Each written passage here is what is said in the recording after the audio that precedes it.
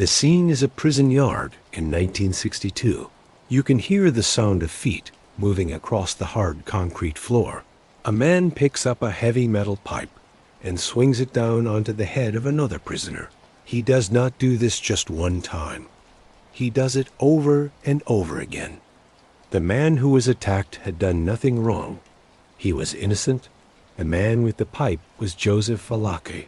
He was a member of the Mafia, who was not very important. He had just made the biggest and worst mistake of his whole life. But this awful killing would lead to something that had never occurred before. For the very first time, a person from inside the secret world of the Mafia would break their most important rule, the code of silence. He would tell the whole world all of their deepest and darkest secrets. Before we begin this unbelievable true story, please tell me in the comments where you are watching this from and what time it is right now. Are you in New York City, where this all happened? Are you in London? Tokyo? If you enjoy these real stories about gangsters, please press the subscribe button and turn on notifications. That way you will never miss a video. Believe me, you are going to want to hear how this story finally ends. This is the tale of how a low-level mafia member became the most well-known informant in all of American history. It is about how a vicious murder in a prison yard led to a man speaking in court, which changed police work forever. It is a story about fear, betrayal, and one moment of deadly violence. That moment destroyed the Mafia's most powerful weapon, which was their promise to never speak. Their code of silence. Some secrets need to be kept, but other secrets are too dangerous to stay hidden. This is the story of the man who broke that code of silence. Now, let us go back to where everything started. To understand how Joseph Valachi became the first man to break the Mafia's code of silence, we must travel back to the beginning. We must go back to the busy apartment buildings and the small streets of East Harlem at the start of the 20th century. The date was September 22nd, 1904. On one of the crowded streets of East Harlem, a woman named Maria Valachi gave birth to her son. She named him Joseph Michael Valachi. The area where he was born was like its own small world. It was a tight community of Italian immigrants. These people had come to America and tried to make something like the villages they had left behind in Italy. But this new place was tougher, harder, and full of more want. The Valachi family had arrived in America like so many others. They carried dreams of finding good chances and becoming successful. Instead, they found poverty that was just as bad, or even worse, than what they had run away from. Joseph's father was named Dominic Valachi. He worked any job he could find. He worked on loading docks and construction sites. He did any difficult, back-breaking work that would put food on the table for his family. But very often, the little bit of money he earned would be spent at the local bars before it ever made it home to his wife and children. Dominic Valachi was a violent man who drank too much. On nights when he came stumbling home after spending many hours in the neighborhood bars, young Joseph and his brothers and sisters learned to hide. The sound of their father's heavy footsteps coming up the stairs was a warning sign. Maria Valachi, their mother, suffered the worst of his anger, but the children were not safe either. Joseph grew up learning that violence was how men fixed their problems. It was how they showed they had power. It was how they dealt with feeling frustrated, scared, and the terrible shame of being poor. The apartment where Joseph spent his childhood was like many others in the tenement buildings of East Harlem. It was small, dark, and too full of people. Several families had to share a single bathroom in the hallway. In the summer, the heat was too much to bear. In the winter, the poor heating system left them all huddled together to stay warm. Rats ran quickly through the walls. The smell of garbage from the street mixed with the smells of cooking food and people who could not wash properly. But East Harlem was not only about being poor and suffering. It was also a community held together by shared culture language, and support that came from facing the same hard times. People spoke Italian more than they spoke English. They held festivals to celebrate saints from their home country in Italy. Women hung laundry on lines between buildings, creating roofs made of drying clothes.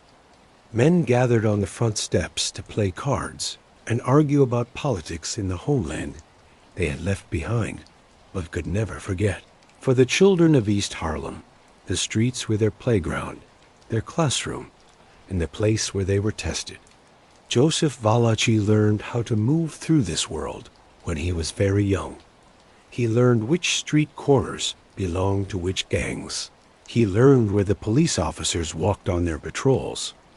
He learned which shopkeepers might give a hungry child a piece of bread and which ones would chase him away with a broom. He also learned that the law was not his friend. The police in East Harlem treated Italian immigrants with a lack of respect and with suspicion. They kept order by using their clubs and their fists. A poor Italian boy who was caught stealing food might get beaten up instead of just getting a warning. The message was clear. You are on your own. Your community will protect you. But the bigger American society sees you as less than human. School did not interest young Joseph at all. He went to a school called PS 83. It was a huge brick building that handled thousands of children with about as much warmth as a factory. The teachers, who were mostly Irish or German Americans, had very little patience for Italian children who spoke little English or no English at all. Joseph was smart enough, but he could not see any path from that classroom to a successful life. The successful men he saw in his neighborhood were not the ones who had stayed in school. They were the ones who had learned to take what they needed. By the time he was 11 years old, Joseph Valachi had pretty much stopped going to school. He spent his days on the streets with other boys who had made the same choice. Crime offered more opportunities than an education did. They began with small crimes. They stole fruit from pushcarts. They stole things from stores owned by people they disliked. They picked pockets in crowded markets. In the neighborhood, the adult criminals noticed these young boys. Some of them saw potential in the boys. Others saw them as cheap workers. Kids could do jobs that would attract less suspicion from the police. If they were caught, they would face lighter punishments. Joseph started running little jobs for the local gangsters. He would deliver messages. He would act as a lookout during illegal card games. He would go and fetch things that needed to be fetched. The violence from his father had taught him to be tough. It taught him to handle pain. It taught him to never show that he was weak. The streets taught him everything else. He learned how to spot a police officer who was not in uniform. He learned how to study a target before a crime. He learned when he needed to run and when he needed to fight if running was not possible. He learned to keep his mouth completely shut if he was ever questioned by the police. By his early teenage years, Joseph Valachi had fully decided to live a life of crime. He was not alone. East Harlem produced countless young men who made the exact same choice. Some of them would die young, killed in fights between gangs or in police shootings. Some would spend most of their lives in prison. A very small few would move up through the ranks of organized crime to become men who were both respected and feared. Joseph Valachi would become something completely different. He would become the man who would one day tell the truth about all of them. Around the year 1920, when Joseph Valachi was 16 years old, he joined his first real gang. They called themselves the Minutemen. The name explained what they were best at: very fast burglaries done with perfect timing. Their plan was simple, but it required bravery, speed, and teamwork. The gang would pick a target, like a jewelry store, a warehouse, or a delivery truck. They would plan how to approach it very carefully. When they attacked, they did it with amazing speed. They would smash a window or break a lock. They would grab whatever they could carry. Then they would disappear into the confusing maze of East Harlem streets before the police could even respond. They aimed to be in and out in 60 seconds. They came and went like ghosts. The Minutemen were a typical street gang, like many that were all over New York City during the 1920s. They were young, hungry, and ready to use violence, but they were not yet connected to the bigger criminal organizations that were starting to gather power during the time of Prohibition. They were independent criminals, taking money wherever they could find it. They lived only for the present moment.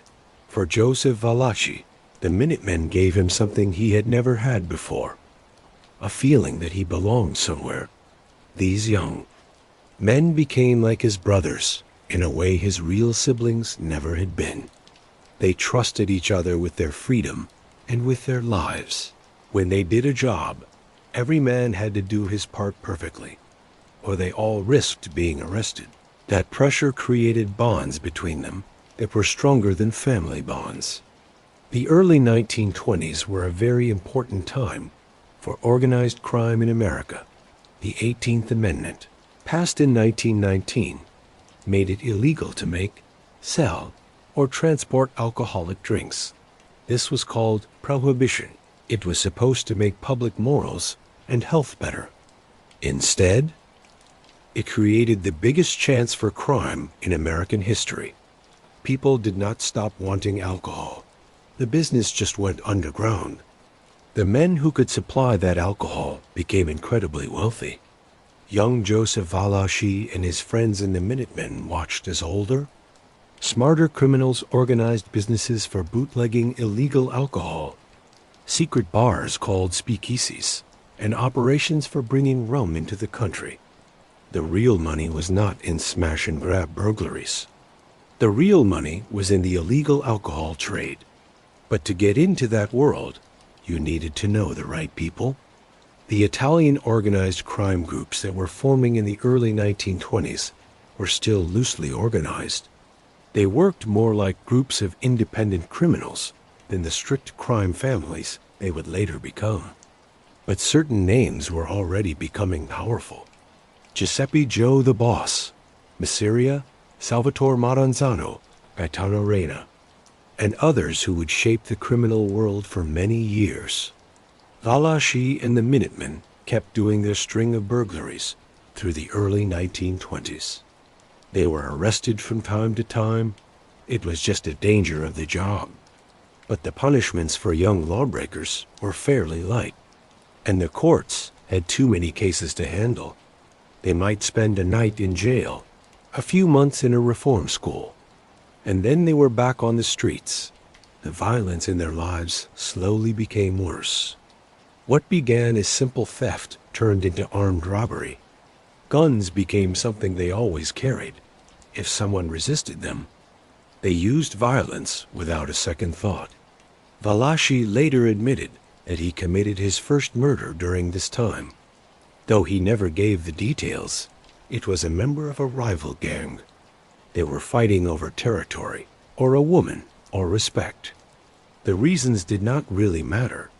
What mattered was that he had crossed a line. He had killed someone, and he knew he could kill again. The police knew Joseph Valachi's name by the time he was in his early 20s. His record of arrests included burglary, assault, robbery, and having illegal weapons.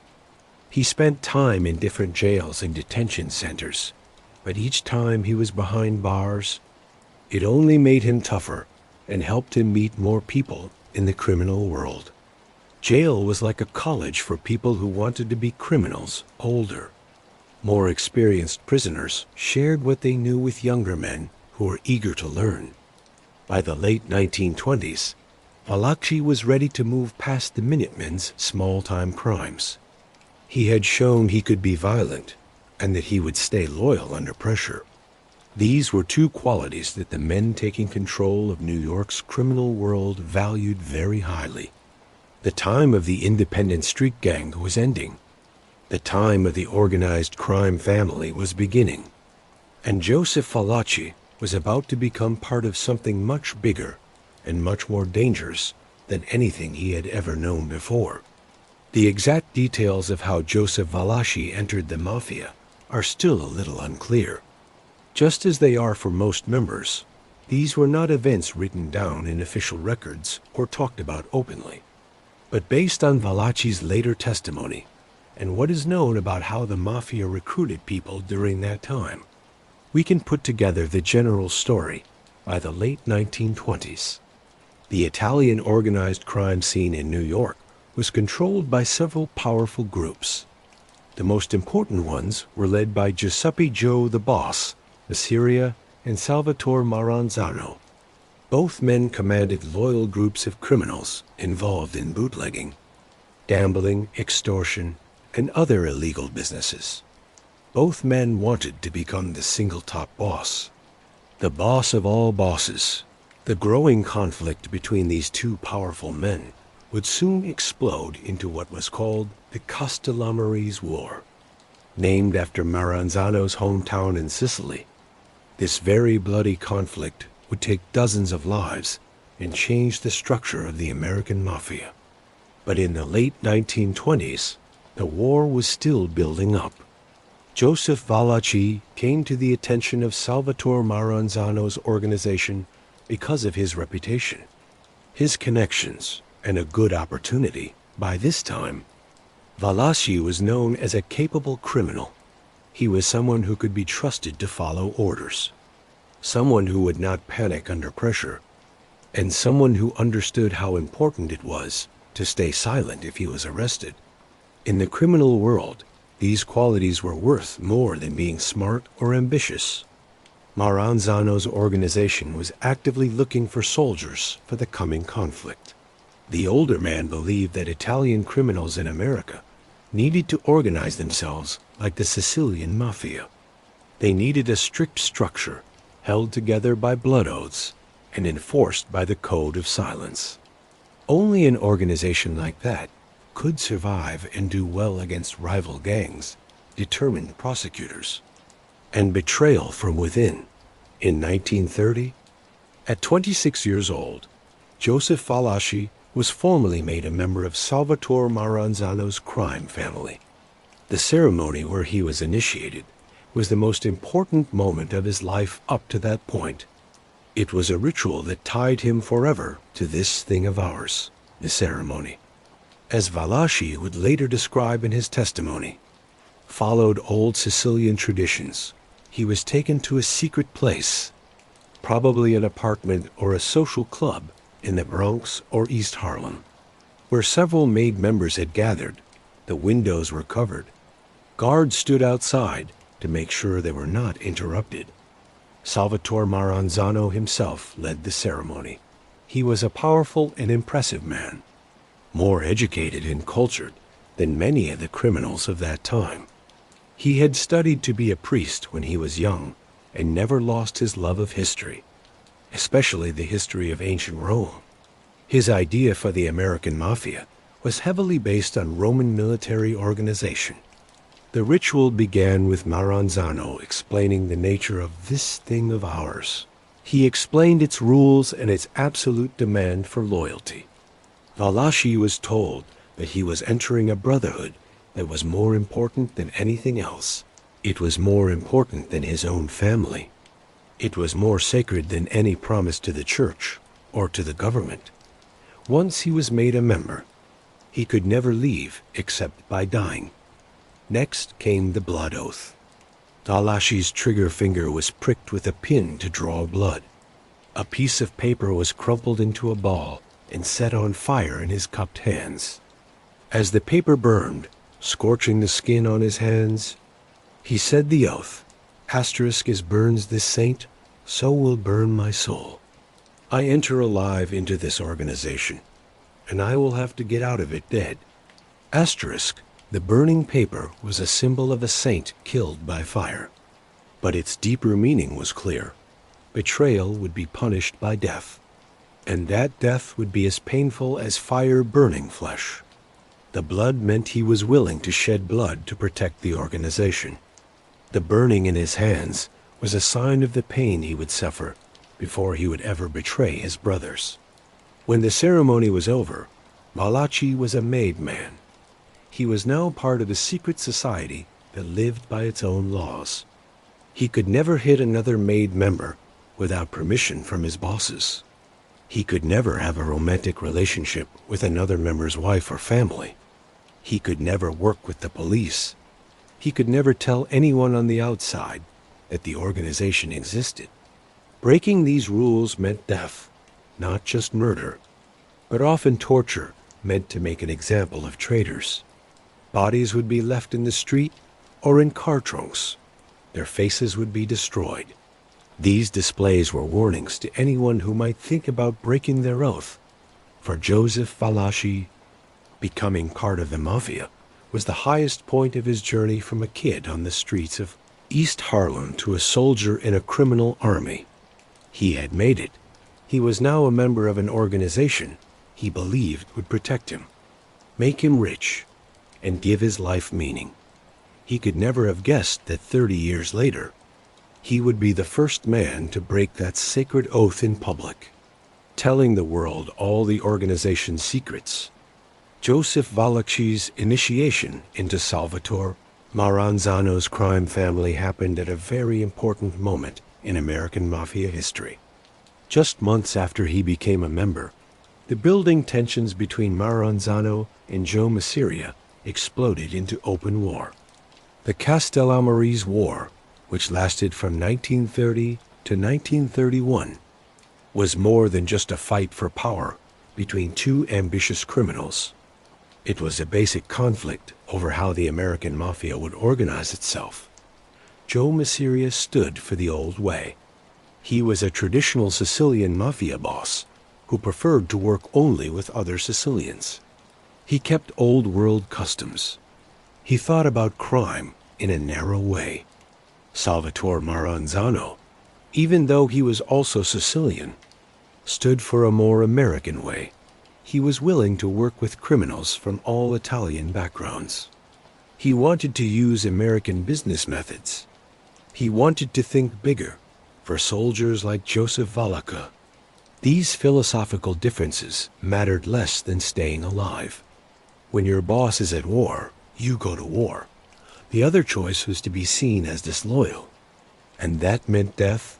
The war was brutal and bloody. Dozens of men on both sides were killed, often in dramatic ways. Gangsters were shot down in restaurants, barber shops, and on busy streets. Bodies were found in alleys, stuffed in car trunks, or dissolved in acid. The violence was not limited to just the soldiers. Family members became targets. Businesses were bombed.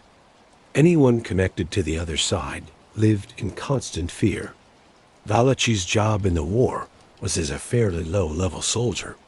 He was not trusted with major operations or planning the strategy. Instead, he did the strong-arm work. He did intimidation, assaults, protection rackets, and sometimes killings when he was ordered to. He later admitted to taking part in several murders during this time, though he rarely gave specific details. The day-to-day life of being a soldier during the Castellammarese War was full of constant tension. Valachi could not walk the streets of East Harlem or the Bronx without watching for possible threats. Every stranger could be an enemy soldier. Every car that slowed down might have gunmen inside. He slept in short bursts, always with one eye open, always with a weapon close by. But there were also times of friendship during breaks in the violence. Maranzano's soldiers gathered in social clubs and apartments. They drank espresso, they played cards, they told stories, and they became close because of the danger they shared. These men became Valachi's family in a way his real family never had been. They understood him, accepted him, and depended on him. The turning point in the war came in April 1931. By then, younger, ambitious members of Masseria's organization had grown tired of the fighting and were unhappy with their boss's leadership. The main one was Salvatore Lucania, better known as Lucky Luciano. Luciano and his friends, including Meyer Lansky, Benjamin Bugsy Siegel, Frank Costello, and Vito Genovese had a vision for a modern American mafia that went beyond the old Sicilian traditions. Luciano made a secret deal with Maranzano. He would deliver Joe Masiria in exchange for a position of power in the new order. On April 15, 1931, Luciano invited Masiria to lunch at a restaurant in Coney Island called Nuova Villa Tamaro. After they ate, Luciano said he needed to use the restroom. Moments later, 4 gunmen later identified as Joe Adonis, Bugsy Siegel, Vito Genovese, and Albert Anastasia came into the restaurant and shot Masiria many times. Joe the boss died face down in a plate of spaghetti, killed by his own men. Lucky Luciano came out of the restroom, looked at what had happened, and walked away. The Castellammarese War was basically over. Salvatore Maranzano had won.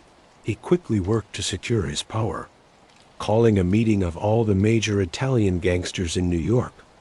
At this meeting, Maranzano announced his new vision for this thing of ours. He created the 5 families that would control organized crime in New York for the next 70 years. These were the Bonanno family, the Colombo family, the Gambino family, the Genovese family, and the Lucchese family. Maranzano named himself the boss of all bosses and made rules to govern how the families would deal with each other. Each family would have a clear order of command, a boss, an underboss, a counselor, captains, and soldiers. This structure, borrowed from ancient Rome and the traditional Sicilian mafia, would turn out to be very strong. Joseph Valachi stayed a soldier in what was now formally called Maranzano's crime family.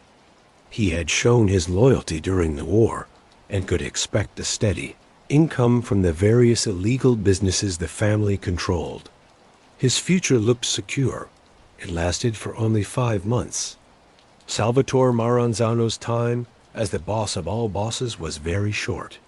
His mistake was the same one that had destroyed Joe Masiria.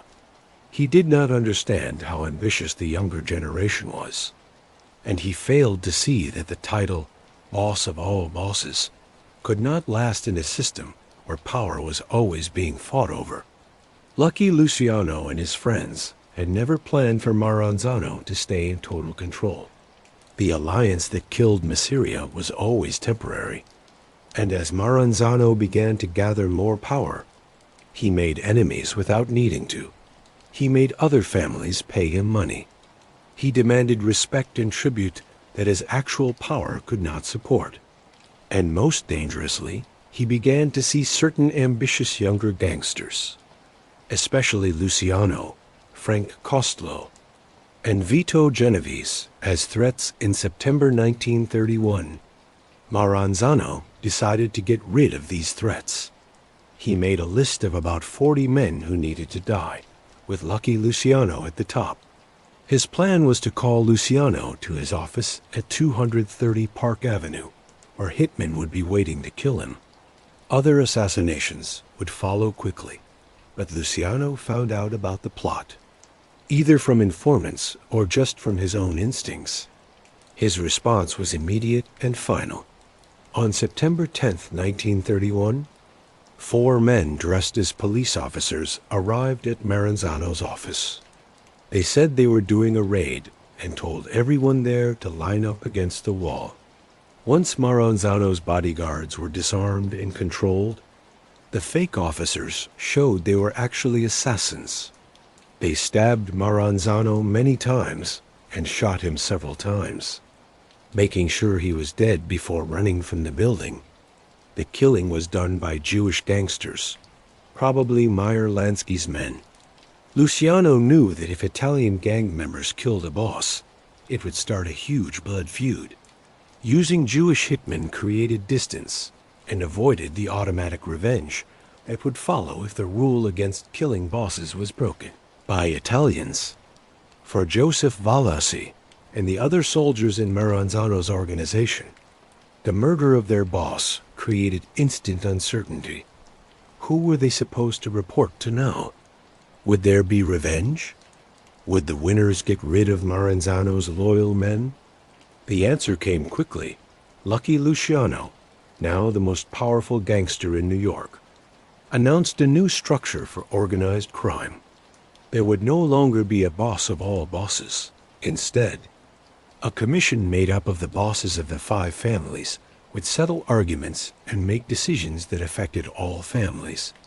Each boss would be independent in his own area, but big decisions, especially those about killing NAID members, would need approval from the commission. Luciano reorganized what had been Maranzano's family and put himself in charge, but he would not lead it for long.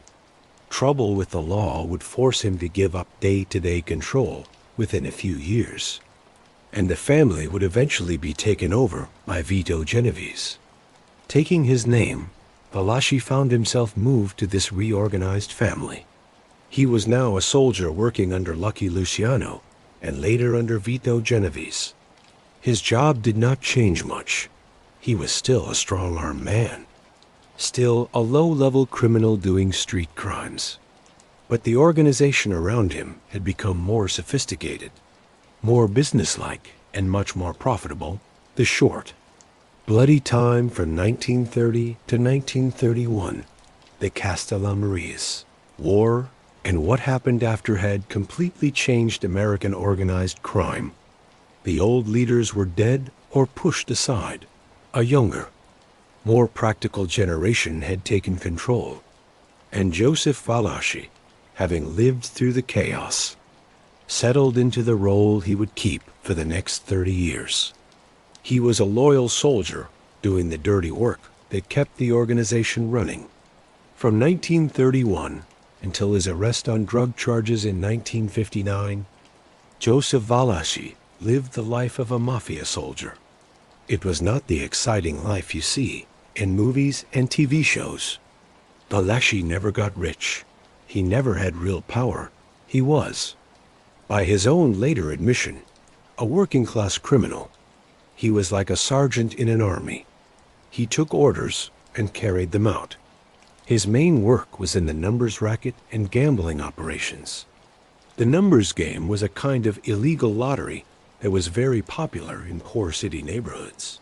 In the middle of the 20th century, people would bet very small amounts of money, usually just pennies or nickels, on 3-digit numbers. The winning number was usually decided by the last 3 numbers of the day's total money handled at a local racetrack or by published results from other gambling operations.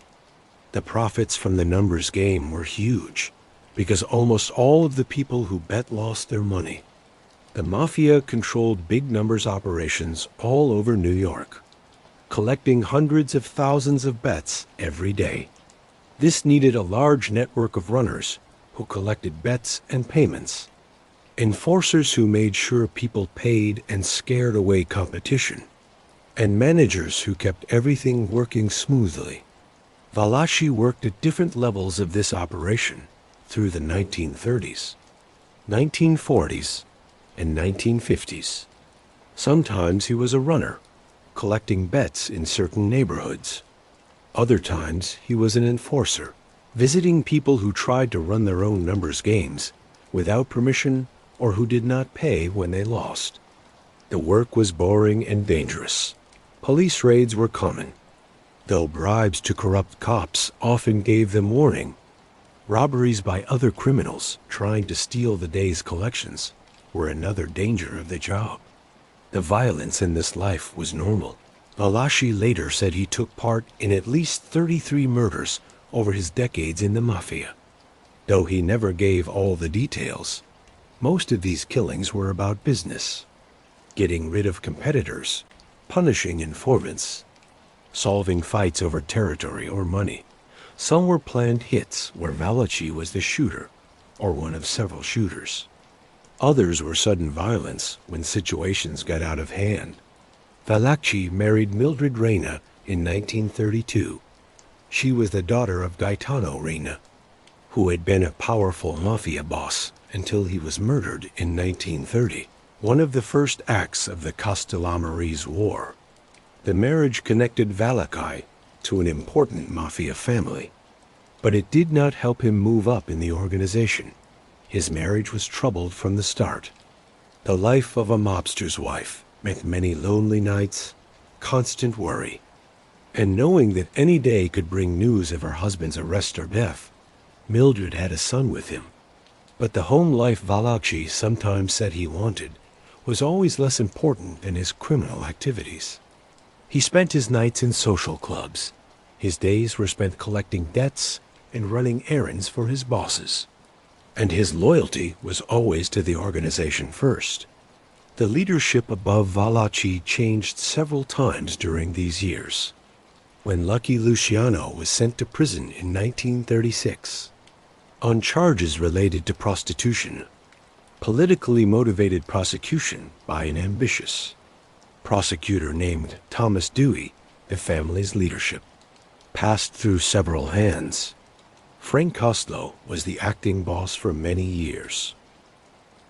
But Vito Genovese, who had run away to Italy in 1937 to avoid murder charges, always believed he was Luciano's true successor.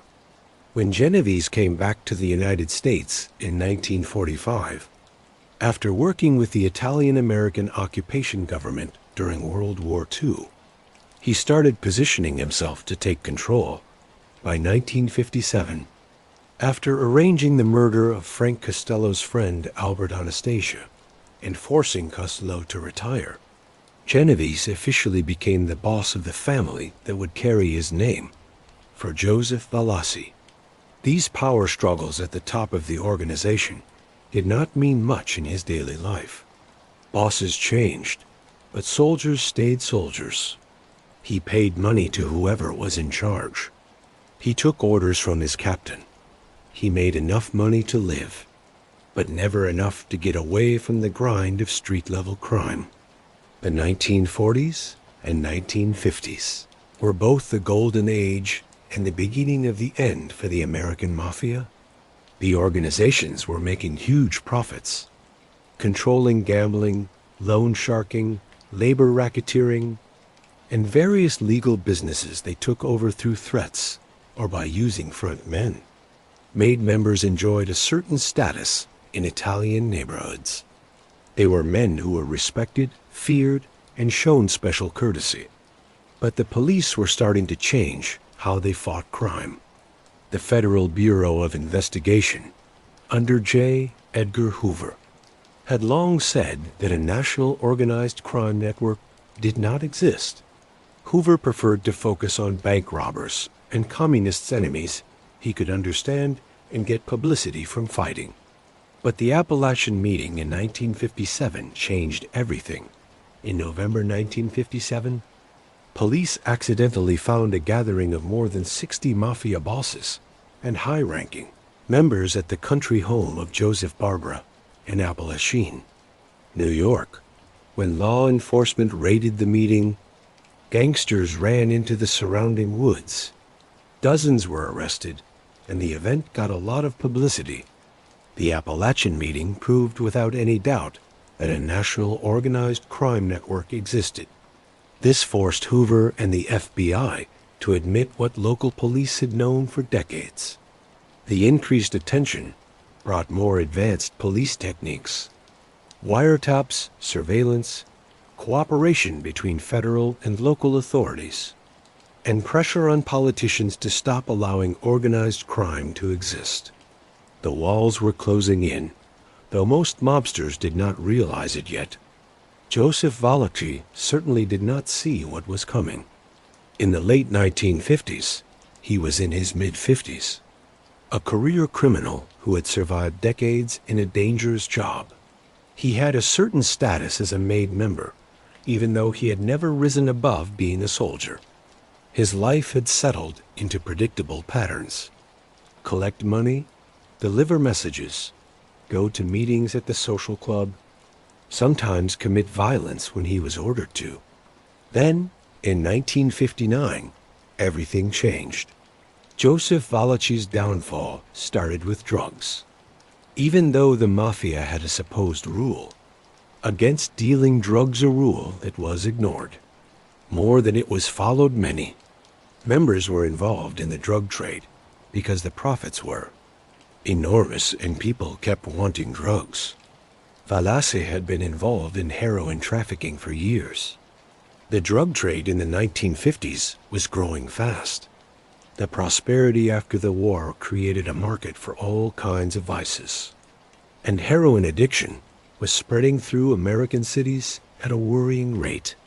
The Mafia's connections to Sicily and other Mediterranean sources gave them access to high-quality heroin, which they spread through networks of dealers. Valachi's role was fairly small. He was not a major trafficker or distributor, but he was involved enough to get the attention of federal narcotics agents who were starting to target not just street dealers, but the organized crime figures who controlled the supply. In 1959, Valachi was arrested and charged with drug trafficking. The evidence against him was strong. Informants testified against him. There were surveillance records, and heroin that was seized could be traced to his operations. He was found guilty and sentenced to 15 to 20 years in federal prison, a crushing sentence for a man in his mid-50s. But the legal trouble went deeper than just Valachi. Federal prosecutors were building cases against many members of the Genovese family, including Vito Genovese himself. The boss had become a target for federal law enforcement after his presence at the 1957 Appalachian meeting showed his position at the top of the family. In 1959, the same year Valachi was found guilty, Genovese and 14 other mobsters were put on trial on drug conspiracy charges. The case was based mostly on the testimony of a Puerto Rican drug dealer named Nelson Cantalopes. His cooperation with federal prosecutors was a big break in the traditional code of silence that protected organized crime figures. Genovese was found guilty and sentenced to 15 years in federal prison. For the boss of one of New York's 5 families to be sent to prison was very important. But Genovese did not plan to give up power. He would keep running the family from behind bars, giving orders and keeping control through a network of loyal men who visited him regularly. Joseph Valachi was sent to the United States Penitentiary in Atlanta, Georgia, the same prison where Vito Genovese was being held. For Valachi, being near his boss might have seemed like a chance to show loyalty and maybe get into his good graces. Instead, it would become a nightmare that would break him mentally and lead him to do the ultimate act of betrayal. The federal penitentiary in Atlanta was a huge fortress of concrete and steel, holding some of America's most dangerous criminals.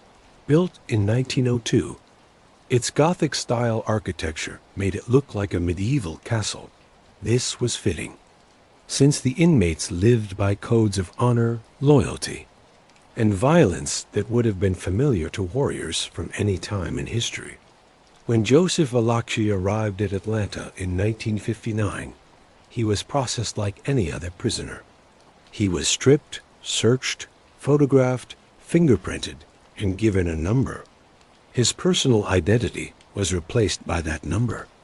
His clothes were replaced by a prison uniform. His freedom was replaced by walls, bars, and the constant watch of guards. But Valachi was not like the other inmates. He was a made member of the Mafia, and that status followed him into prison. Other inmates who understood what that meant treated him with respect. Guards who had been bribed by the Mafia looked the other way when rules were bent. The invisible system of criminal power inside the prison put Valachi in a position of some privilege. Vito Genovese being in the same prison made things more complicated. The boss kept his authority even in federal prison, handling family business through visitors, coded letters, and messages passed through go-betweens. His cell became like a throne room where people came to show respect, ask for advice, or get orders at first. Valachi's relationship with Genovese seemed fine. They had known each other for decades. Valachi had served loyally as a soldier, never causing trouble, never attracting unnecessary attention. When they saw each other in the prison yard or the dining hall, they would say hello and talk briefly. But something was changing in Vito Genovese's mind. The boss had become more and more paranoid, and he had good reason. His conviction on drug charges had been based on the testimony of Nelson Cantalopes, a non-Italian outsider who had worked with the federal authorities. This betrayal bothered Genovese deeply. If outsiders could be turned into informants, could members be turned too? Genovese started to suspect that someone in his own organization had helped federal prosecutors build the case against him. He became sure there was an informant close to him, someone who had given information that led to his arrest and conviction.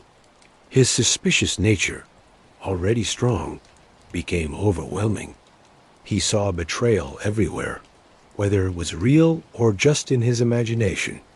Joseph Valachi became one of the people he suspected. The reasoning was weak, but seemed true to Genovese's paranoid mind. Valachi had been arrested on drug charges around the same time Genovese's case was being built. Valachi had gotten a fairly moderate sentence compared to what he might have gotten. Maybe Valachi had made a deal with the prosecutors. Maybe he gave information in exchange for a lighter sentence. There was no truth to these suspicions. Valachi had not worked with the authorities. He had kept the code of silence, refusing to give any information about organized crime or the people he knew. His sentence was based completely on the evidence against him in his own case. But in the paranoid thinking of the Mafia, a coincidence was often seen as a conspiracy. Genovese's suspicions were passed to other inmates through subtle signals and whispered conversations. The boss did not need to give direct orders. Everyone understood what it meant when a Mafia boss suspected you. Valachi began to notice changes in how other inmates treated him. Some avoided looking him in the eye. Others gave him cold stares. Conversations would stop when he came near.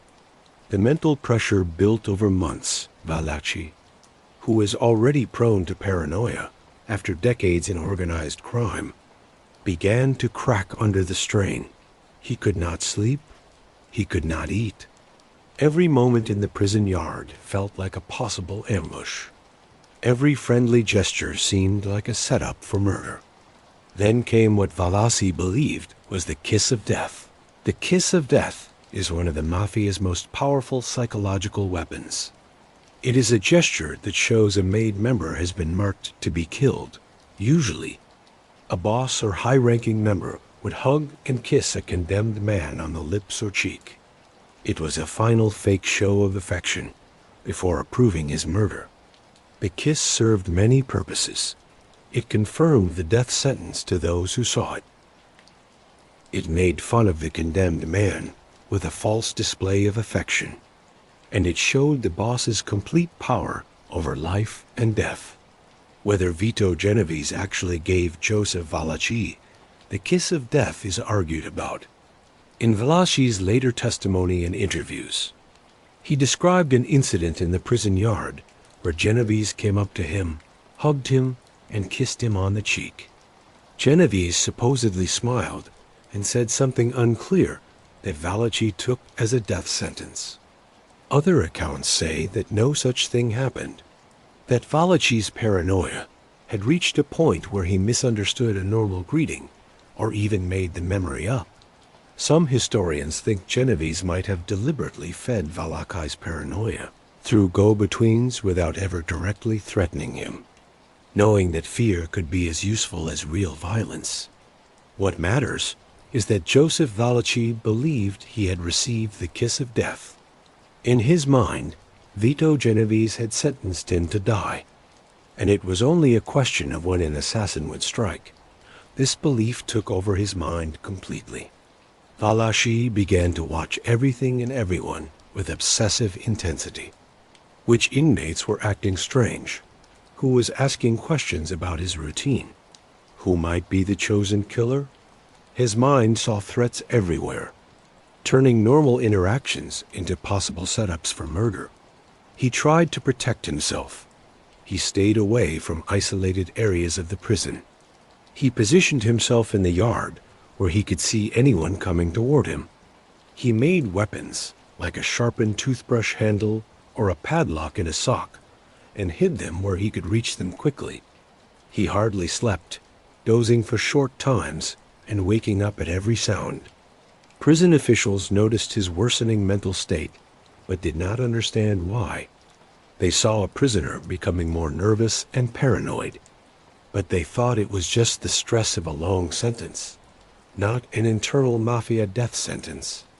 They did not increase his protection or put him alone for his own safety. Valachi's mental state was made worse by being isolated from his family.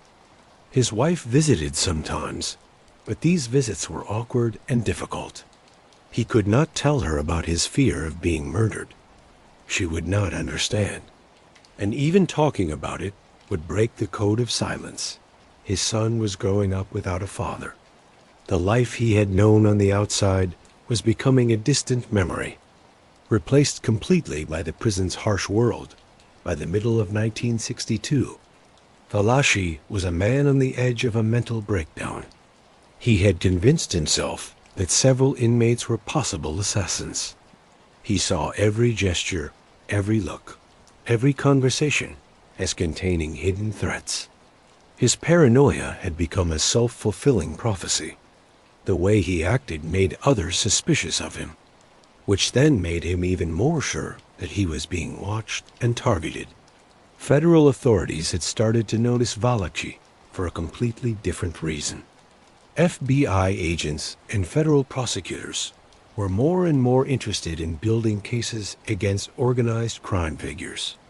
The Appalachian meeting had shown that a national crime network existed, and Robert F. Kennedy, who became Attorney General in 1961 under his brother President John F. Kennedy, had made fighting organized crime a top priority. Agents began to approach certain imprisoned mobsters, testing for weakness, looking for anyone who might be persuaded to cooperate. Valachi was one of those they approached. The first contacts were subtle. Agents asked what seemed like innocent questions. They were checking to see if he was willing to talk. Valachi refused these attempts, keeping his oath of silence. But the agent's attention fed his paranoia even more. If Genovese found out that federal agents had talked to him, it would prove the boss's suspicions that Valachi was an informant. The simple fact that the authorities saw him as a possible witness made him more in danger of mafia revenge. Valachi was trapped. If he worked with the authorities, he would break the code of silence and become a marked man. If he did not work with them, Genovese's suspicions would eventually lead to his murder. Either way, he was doomed. The pressure became too much to bear. Valachi later described this time as a waking nightmare, where he could not tell the difference between real threats and ones he imagined. He lived in constant terror, his body full of adrenaline, his mind racing with paranoid ideas. He was a man waiting to die, unsure only of when and how it would happen. In this broken mental state, Joseph Valachi made the fatal mistake that would change his life and American history forever. June 22, 1962. Started as an extremely hot summer day in Atlanta, inside the federal prison. The heat was made worse by concrete walls and little airflow. Inmates moved slowly through their routines, saving their energy in the terrible heat. Joseph Valachi had slept badly the night before. This was not unusual for him anymore. His cell was like an oven. His mind was racing with paranoid thoughts. Every sound in the dark seemed like a threat. When morning came and the cells were unlocked for breakfast, he joined the line of inmates heading to the dining hall. his eyes constantly looking around for dangers. The morning passed without anything happening. After breakfast came the daily time in the yard, when inmates could exercise, talk, or just get out of their small cells. Valachi went to the yard as he always did, placing himself where he could see the most possible threats. The yard was about 100 yards long and 50 yards wide, surrounded by a chain-link fence with razor wire on top. Guard towers looked over the space from high up. Guards also walked around the edges, and sometimes through the yard itself. Even with this watching, violence was common. Inmates settled scores, gangs fought for control, and prison guards often pretended not to see unless the violence threatened to get out of control.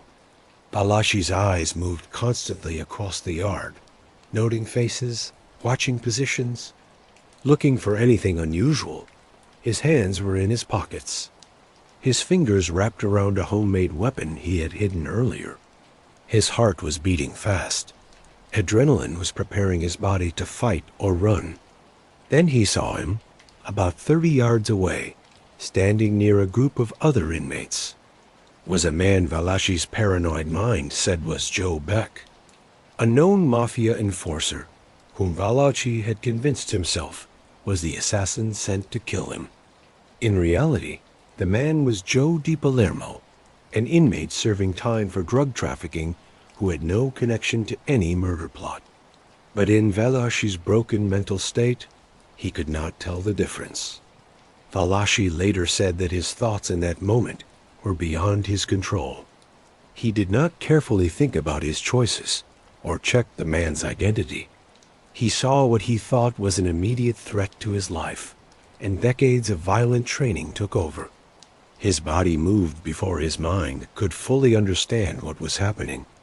Near the prison wall, a work crew had been fixing a section of fence. Their tools were supposed to be put away when not being used, but no one had watched carefully. A piece of iron pipe, about 2 feet long and an inch across, was lying on the ground near some construction materials. Valachi walked toward the pipe with purpose, his eyes never leaving the man he thought was Joe Beck. Other inmates noticed him moving.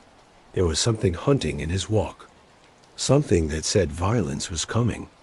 Some moved away without thinking. Others watched with interest, knowing that something important was about to happen. He picked up the pipe. The weight felt familiar and reassuring. How many times in his life had he held weapons like this? How many skulls had he crushed working for the organization? This would be another one, but this time it would be to defend himself. To survive, it was justified. Joe DiPalermo did not see him coming. He was talking with another inmate, relaxed, not knowing that a paranoid killer was walking toward him, planning to kill him. He never had a chance to defend himself, or even understand what was happening. Valachi brought the pipe down with all his strength on the back of DiPalermo's head. The sound of wet, crushing impact made nearby conversation stop. DiPalermo dropped immediately, his body collapsing like a puppet with its strings cut. Blood started to pool under his shattered skull. But Valachi did not stop. In his mind, this was Joe Beck, a professional killer who might survive the first hit and fight back. He brought the pipe down again and again and again. Blood splattered on the concrete, on his hands, on his prison uniform. DiPalermo's head became a ruined mess of broken bone and brain tissue. Prison guards reacted within seconds, running toward the attack with their batons out, shouting at Valachi to stop. Other inmates scattered, not wanting to be near the violence. Some watched from a distance, understanding they were seeing something important. Guards tackled Valachi, forcing him to the ground. The bloody pipe clattered away across the concrete. Valachi did not fight back. The adrenaline was leaving his system, replaced by a slow understanding of what he had done. As the guards handcuffed him roughly, He looked at the man he had just killed. He really looked at him. The face, now destroyed by repeated blows, did not look quite right. The body seemed wrong. A terrible doubt began to form in Valachi's mind. This was not Joe Beck. This was someone else. Someone innocent. As they dragged him away, Valachi heard the name on other inmates' lips. Joe DiPalermo, not Joe Beck, not a mafia assassin. Just another inmate who had been in the wrong place at the wrong time. Joe DiPalermo died from his injuries soon after the attack. He had been serving a sentence for drug trafficking and was not involved in any plot to kill Joseph Valachi. He was an innocent man, or as innocent as anyone in federal prison could be. Murdered by a paranoid mobster who thought he was an assassin, Valachi was immediately put in solitary confinement while prison officials investigated the murder. The legal results were clear. He had committed deliberate murder in front of dozens of witnesses and guards. He would be charged, put on trial, and almost certainly found guilty. To his existing 15 to 20-year sentence would be added a life sentence with no chance of getting out, or maybe even the death penalty in his cell. Alone with his thoughts for the first time since the murder, Joseph Valachi faced the truth of his situation. He had killed an innocent man.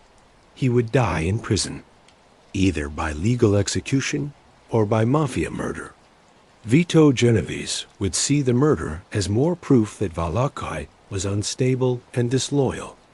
There would be no forgiveness, no way out. Valachi had nothing left to lose, and federal authorities, seeing this psychological moment, moved quickly to take advantage of it.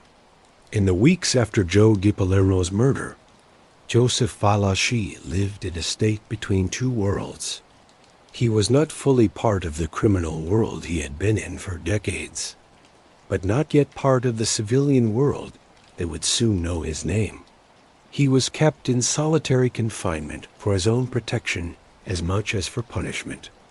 The murder had been seen by many inmates, making Valachi a marked man inside the prison population.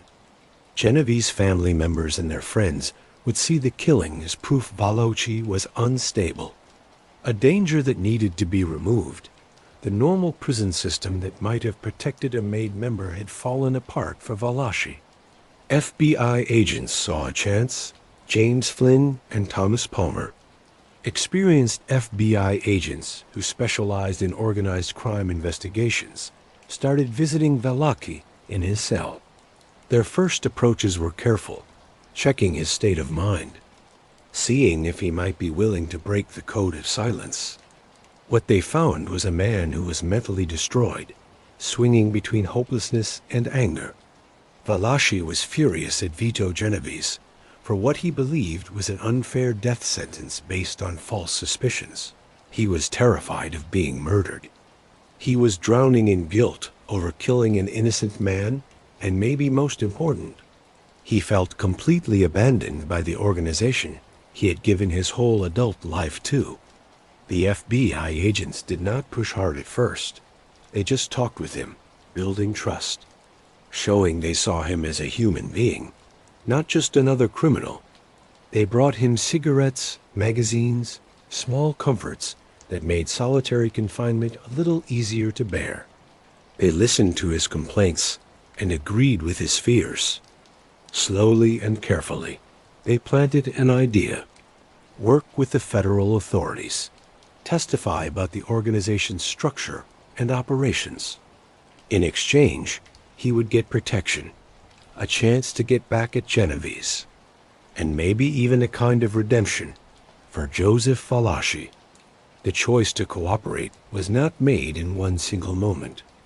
It came slowly through talks with the agents, through long nights alone in his cell thinking about his future, through realizing that he had already crossed the line by killing DiPalermo and had nothing left to lose. He started to talk. At first, the information he gave was careful. Small details about low-level operations.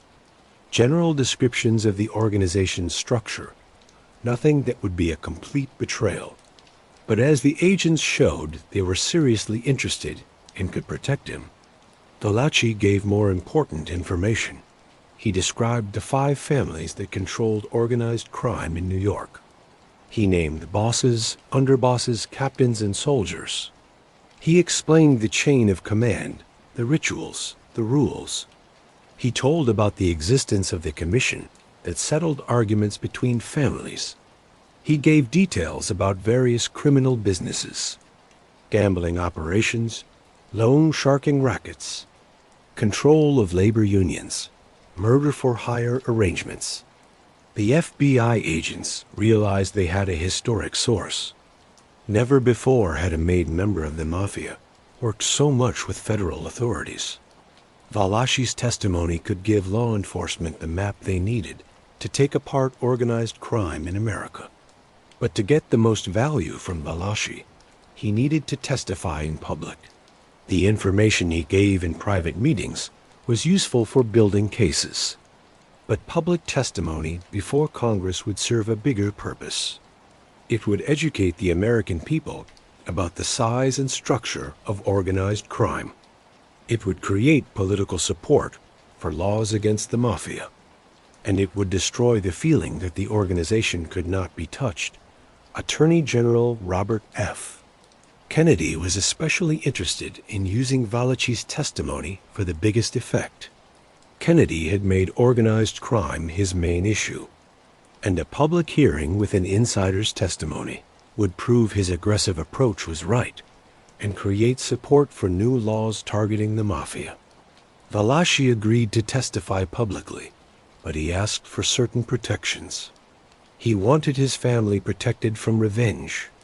He wanted promises that he would not get the death penalty for De Palermo's murder, that his cooperation would mean a life sentence instead of death.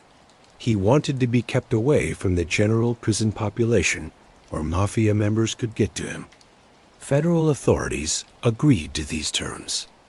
Valachi was moved to a secure facility where he started getting ready for what would become the most important: congressional testimony on organized crime in American history. Through the summer and early fall of 1963, Joseph Valachi worked with FBI agents and federal prosecutors to prepare his testimony. The process was intense and often emotionally hard for Valachi, who was basically documenting the betrayal of everything he had believed in for decades.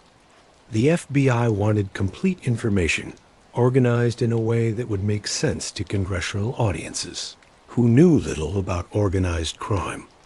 Valachi had to explain not just what the Mafia did, but how it was structured, how it worked, and why it had been so good at avoiding prosecution. He started with his own history, giving a story that would make him seem human to audiences, while also showing how the Mafia recruited and trained members. He described his childhood in East Harlem, his early criminal activities, his initiation ceremony, and his decades as a soldier. This personal story would be the framework for more detailed information about the organization. The FBI made organizational charts based on Valachi's information.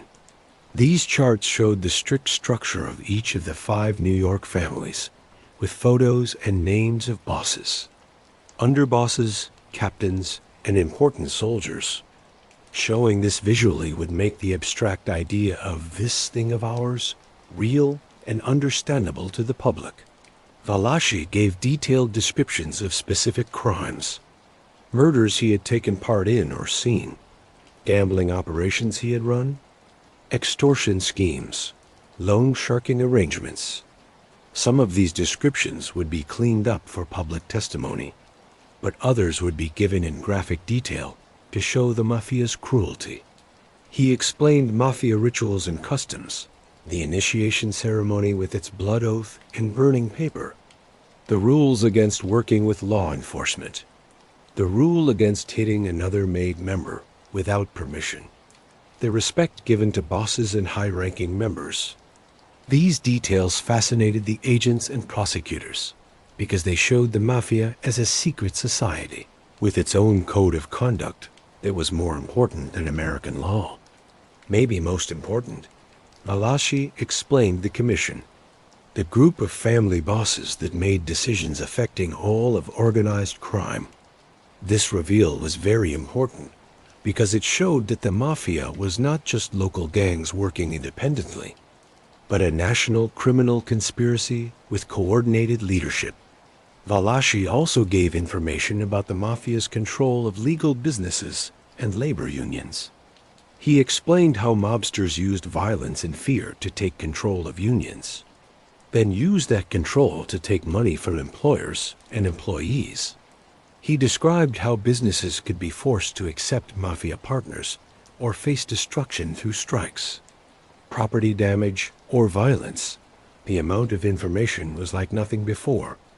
Federal law enforcement had long suspected much of what Valachi described, but suspicion was not proof. Valachi's testimony gave confirmation from an insider, giving prosecutors the foundation they needed to build cases. But preparing Valachi for public testimony involved more than just gathering information. He had to be coached on how to act, how to answer questions clearly and briefly, how to stay calm under tough questioning. He had to learn to translate the street language and Mafia slang he usually used into terms that educated congressional audiences and the watching public could understand. There were also worries about whether Valachi could be trusted. He was, after all, a confessed murderer and career criminal.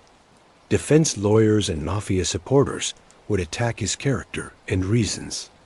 The FBI and prosecutors needed to present him as a believable witness, even with his criminal history, stressing that only an insider could give the information he was offering. Valachi's reason for cooperating was complicated and would be debated. He said he was betrayed by Genovese and forced to break the code of silence to save his own life. Critics would say he was just a rat who broke his oath to avoid punishment or get revenge. The truth, as with most human reasons, was probably a mix of both. As the date for his testimony got closer, Valachi's anxiety grew. He was about to become the most famous informant in American history and the most hated man in the Mafia. Every organized crime figure in America would want him dead. His name would become another word for betrayal. He would never be able to walk freely again. He would spend the rest of his life in protective custody, cut off from normal human contact, but he had already crossed the line. There was no going back. October 1963. The Senate Permanent Subcommittee on Investigations, led by Senator John L. McClellan of Arkansas, held hearings on organized crime in America. The hearings were in the Senate caucus room, the same fancy room that had held the Army McCarthy hearings and other important congressional investigations. The room was full of reporters, government officials, law enforcement representatives, and curious people. Television cameras were set up to broadcast the proceedings across the country. This would be one of the first major congressional hearings shown live on television, bringing the reality of organized crime into American living rooms. Joseph Valachi was brought into the hearing room under heavy security. Federal marshals surrounded him, watching for any threat. He wore a suit instead of prison clothes, an attempt to show him as a witness, not a criminal.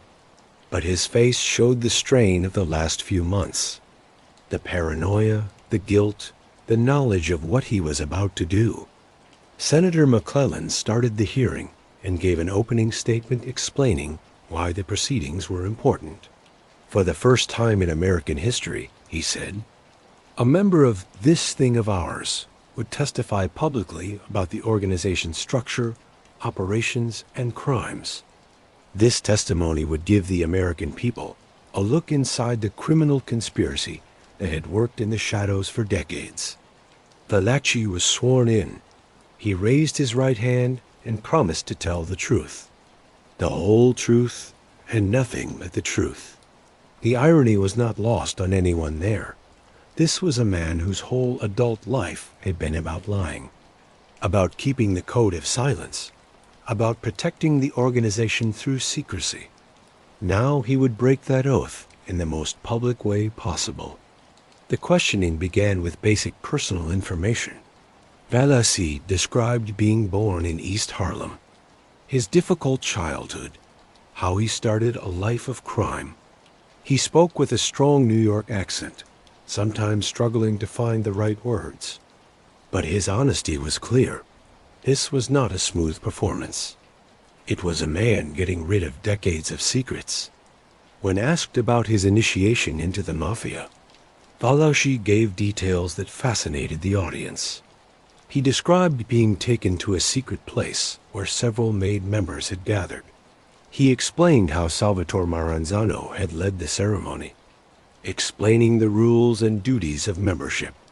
Then came the dramatic demonstration. On October 1st, 1963, Joseph Valachi recreated his initiation ceremony for the senators and the watching television audience.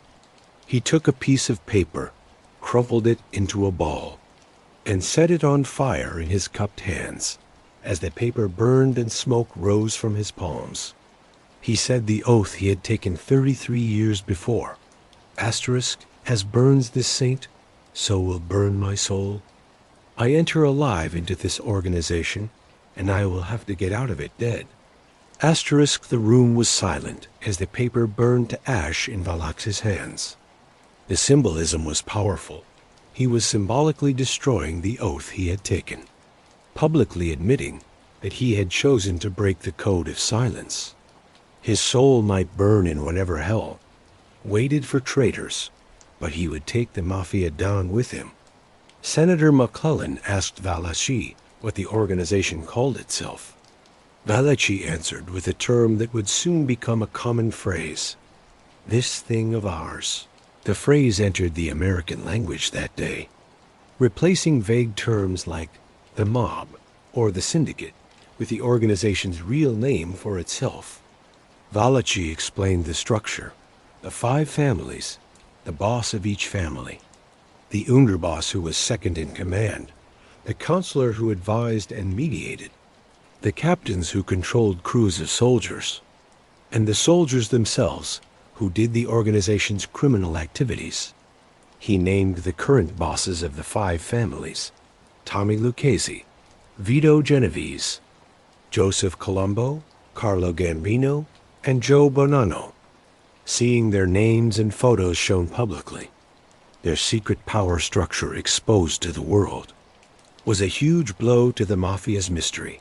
The hearings went on for several days, with Valachi giving more and more detailed information. He described specific crimes, explained how the Mafia controlled labor unions and legal businesses, and revealed the existence of the commission that coordinated activities between families. When asked what he did for the Mafia, Valachi gave one of the hearing's most chilling moments. He answered simply, matter-of-factly, without emotion: "I just go out and kill for them." The statement hung in the air. There was no softening, no trying to make the violence seem less bad. Just a plain admission of his role as a soldier in a criminal army.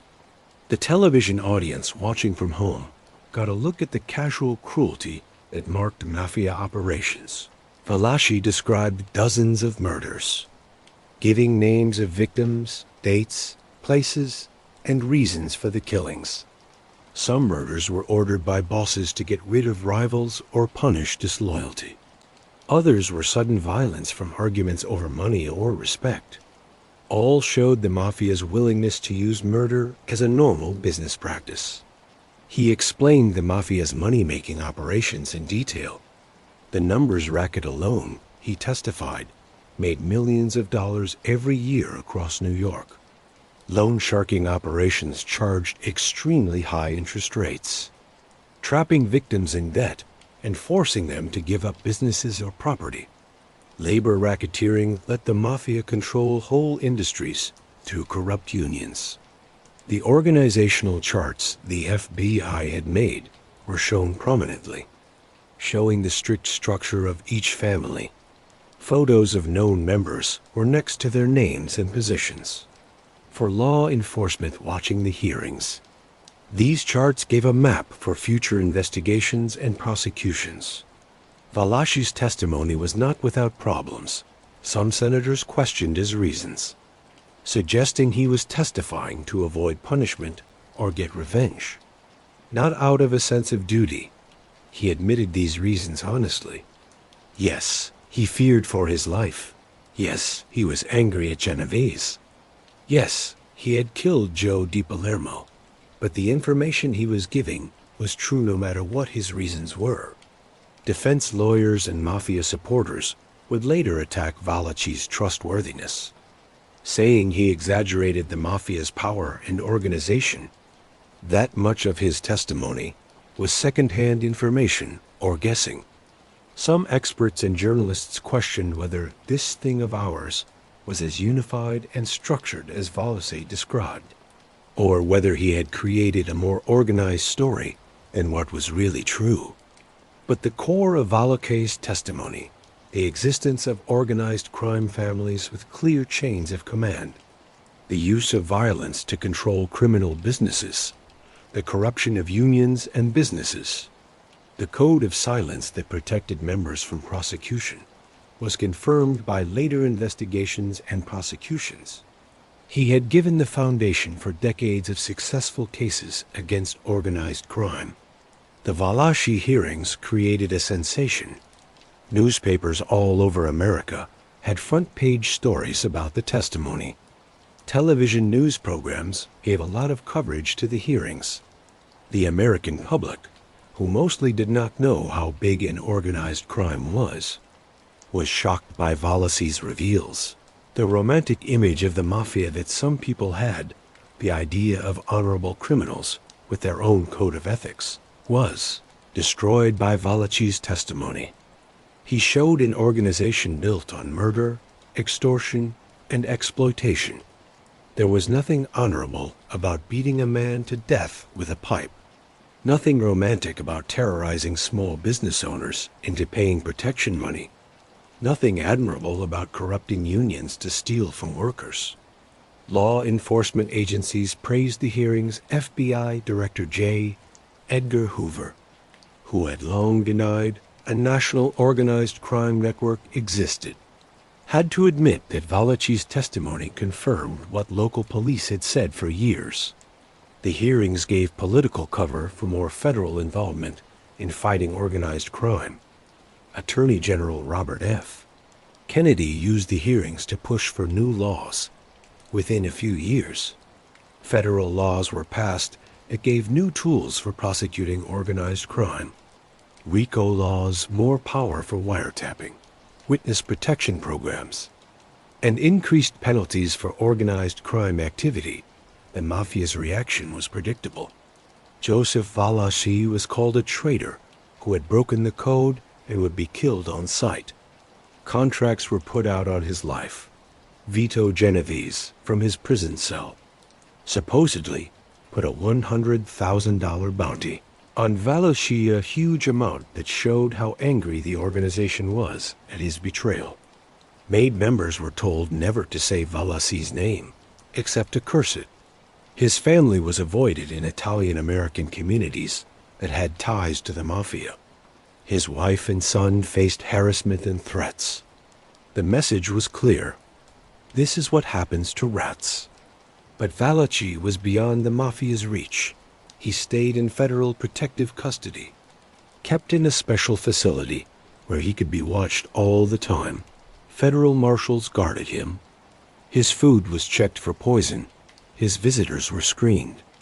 Every part of his life was controlled to prevent murder. The hearings also caused arguments in Italian-American communities. Many Italian-Americans felt Valachi's testimony strengthened bad stereotypes about Italians being criminals. Community leaders said that most Italian-Americans were law-abiding citizens and that focusing on the mafia unfairly labeled a whole ethnic group. This tension between fighting organized crime and avoiding ethnic stereotypes would continue for decades. Law enforcement had to be careful, targeting criminal organizations without suggesting that ethnicity itself meant someone was a criminal. The term, "this thing of ours," instead of Italian mafia, was partly an attempt to frame the issue as about an organization, not an ethnicity. Media coverage of the hearings started a fascination with mafia culture that continues today. Books, movies, and TV shows about organized crime multiplied in the decades after Valachi's testimony. The Godfather, Goodfellas, The Sopranos, and many other works used the insider view that Valachi had given. Some critics said this media fascination made organized crime seem glamorous instead of condemning it. That fictional portraits of mobsters as tragic anti-heroes went against the brutal reality Valachi had shown. But others said that understanding the psychology and culture of organized crime was necessary to fight it effectively. The hearings also had international effects. Law enforcement in Italy, Canada, and other countries with big mafia presences used Valachi's testimony to build their own cases. They revealed that American organized crime had connections to Sicilian mafia clans, helped international cooperation in fighting criminal networks across borders. For Joseph Valachi personally, the hearings marked a permanent change. He was no longer just a criminal or an informant. He was a historical figure who had basically changed America's understanding of organized crime. His name would be remembered long after the names of the bosses he had exposed were forgotten. But fame and historical importance gave little comfort. He remained a prisoner, cut off from society, forever marked as the man who broke the code of silence. After his public testimony, federal authorities knew that Valachi had a lot more information that could be useful to law enforcement and historians. With the help of a writer named Peter Moss, Valachi started working on an autobiography that would give even more detailed looks into his life and the mafia's operations. The process of writing his life story forced Valachi to face his past in ways that Testifying had not. In the hearings, he had focused on organizational structure and specific crimes. In the autobiography, he had to look at his own reasons, choices, and the psychological journey that had taken him from a kid on the streets of East Harlem to the most famous informant in American history. Valachi had trouble with reading and writing. His formal education had ended in elementary school, and he had never been much of a reader. Peter Moss did many interviews with Valachi, recording his stories and then shaping them into a story. Their work together was sometimes difficult, because Valachi's memory was not perfect, and his tendency to make himself look better had to be balanced with being historically accurate. The book that came from this, the Valachi Papers, was published in 1968 and immediately became a bestseller. It gave the most complete insider account of mafia life ever published, describing not just the criminal operations, but the culture, psychology, and personal relationships that marked this thing of ours. Valachi described the friendship between soldiers, the respect given to successful criminals, the detailed rituals and traditions that tied members together. He also described the bad side, the constant fear of betrayal, the casual violence, and the separation from normal society. His picture of mafia life was neither made romantic nor completely condemning. It was complicated, full of contradictions, and deeply human. The book gave details about specific murders that Valachi had only talked about generally in his congressional testimony. He described the Castellammarese War in vivid detail, naming people involved and describing fights that had been mysterious before. He explained how territories were divided, how tribute money was collected, how arguments were settled or ended with violence.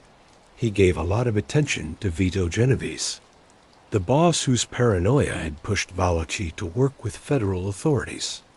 Valachi's picture of Genovese was harsh, a cruel, suspicious man whose hunger for power had destroyed the relative peace that existed under earlier leaders. Whether this picture was accurate or colored by Valachi's personal anger is still debated, but it shaped how the public saw Genovese for a long time. The book also talked about Valachi's guilt over killing Joe Di Palermo. He admitted that his paranoia had led him to murder an innocent man, and he said he was sorry for the killing, but he also said that his paranoia was justified, that Genovese really had marked him for death, and that killing the wrong man was a tragic mistake, not meaningless violence. Critics of the book questioned some of Valachi's claims. He had a habit of exaggerating his own importance and how close he was to major events. Some incidents he described in detail were things he had only heard about from others. His memory was not perfect, and he sometimes mixed up different incidents or misremembered dates and names. But historians and law enforcement generally accepted that the book's main facts were accurate.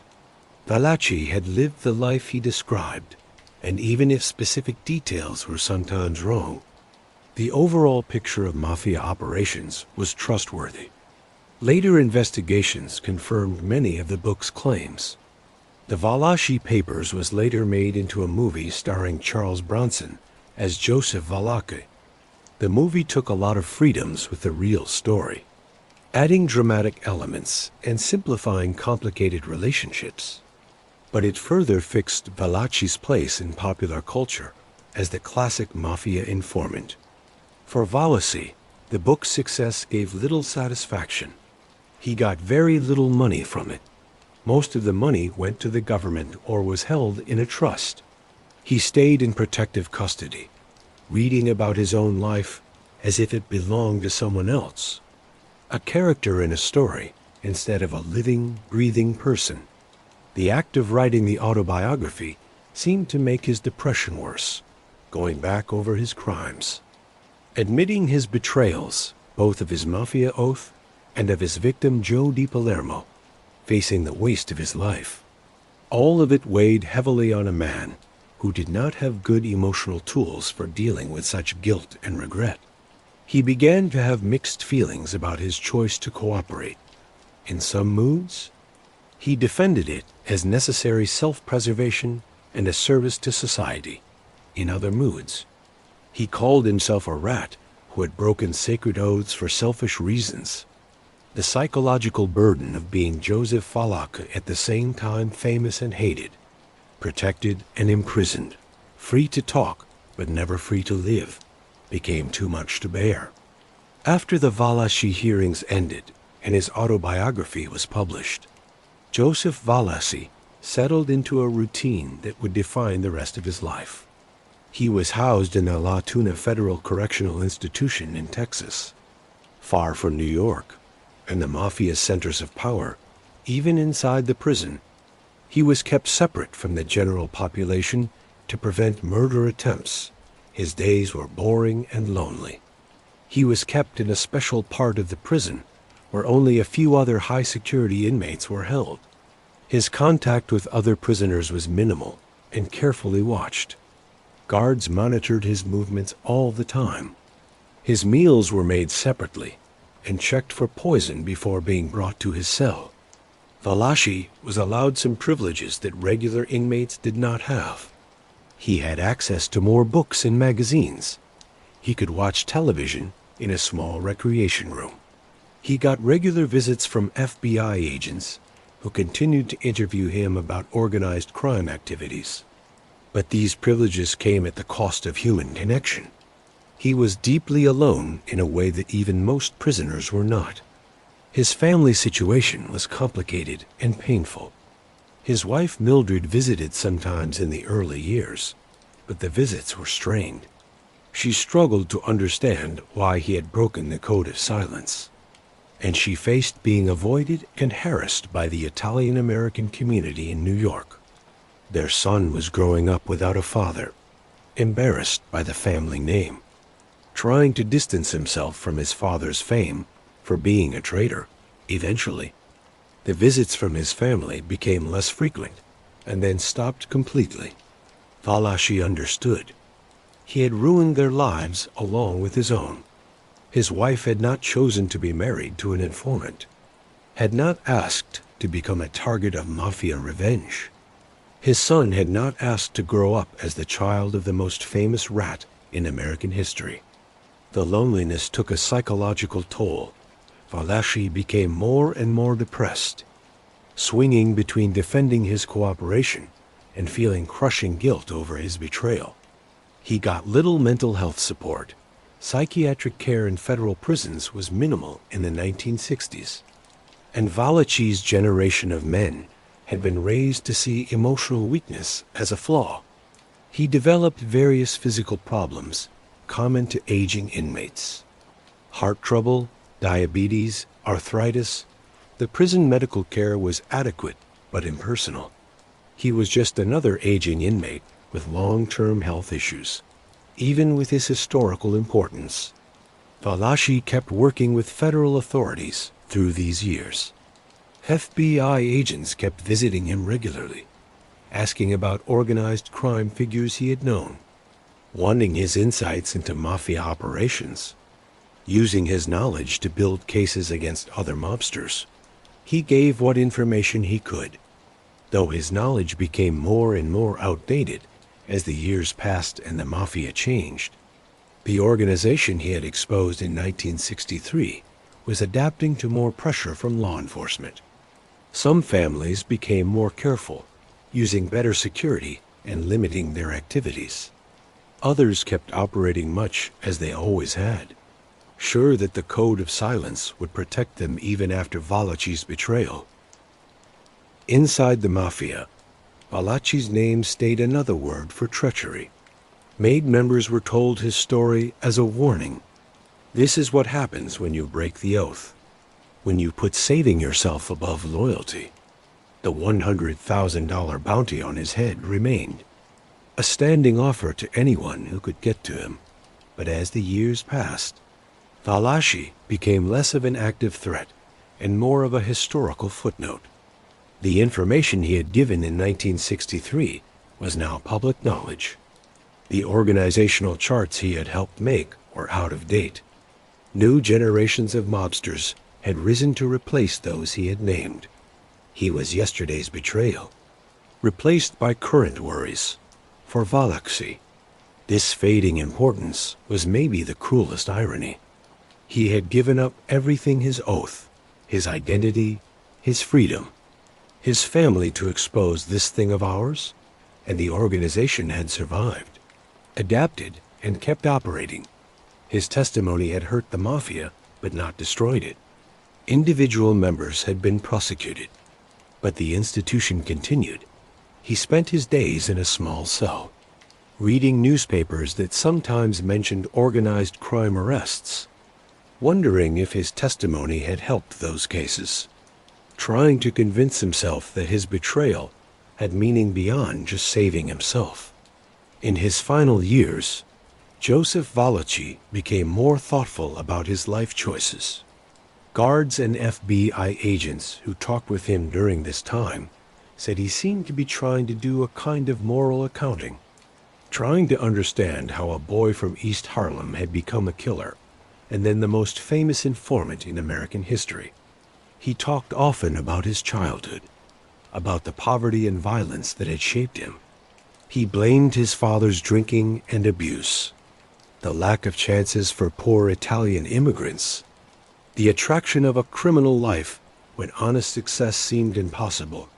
These explanations were partly true, but also partly excuses. Many children grew up in similar situations without becoming murderers. He showed particular pain over the murders he had committed. During his congressional testimony and in his autobiography, he had described these killings in detached terms, as business decisions or necessary violence. But in private talks during his final years, he seemed truly tormented by the lives he had taken. Joe Di Palermo's murder haunted him especially. unlike his other victims, most of whom were criminals in the same violent world Valachi lived in. Di Palermo had been innocent of any plot against him. Valachi had killed him because of a paranoid mistake, and that error was unforgivable, even by the loose moral rules of the criminal world. He also said he regretted breaking the code of silence, though this regret was complicated and full of contradictions. One day he would defend his cooperation, saying Genovese's death sentence had freed him from his oath, that exposing the Mafia's crimes was morally right. The next day, he would call himself a rat who had betrayed his brothers to save his own skin. This moral confusion was never resolved. Valachi died without finding peace about his most important decision.